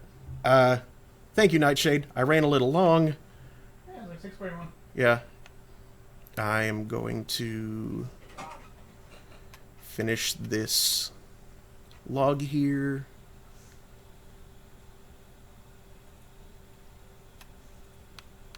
And then I will sign off. Okay.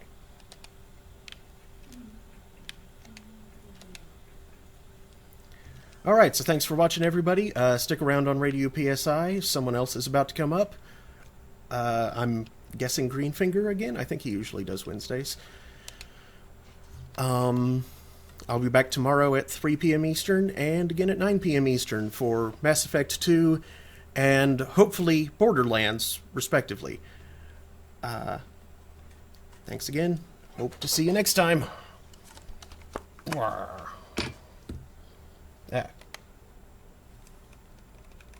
Exits.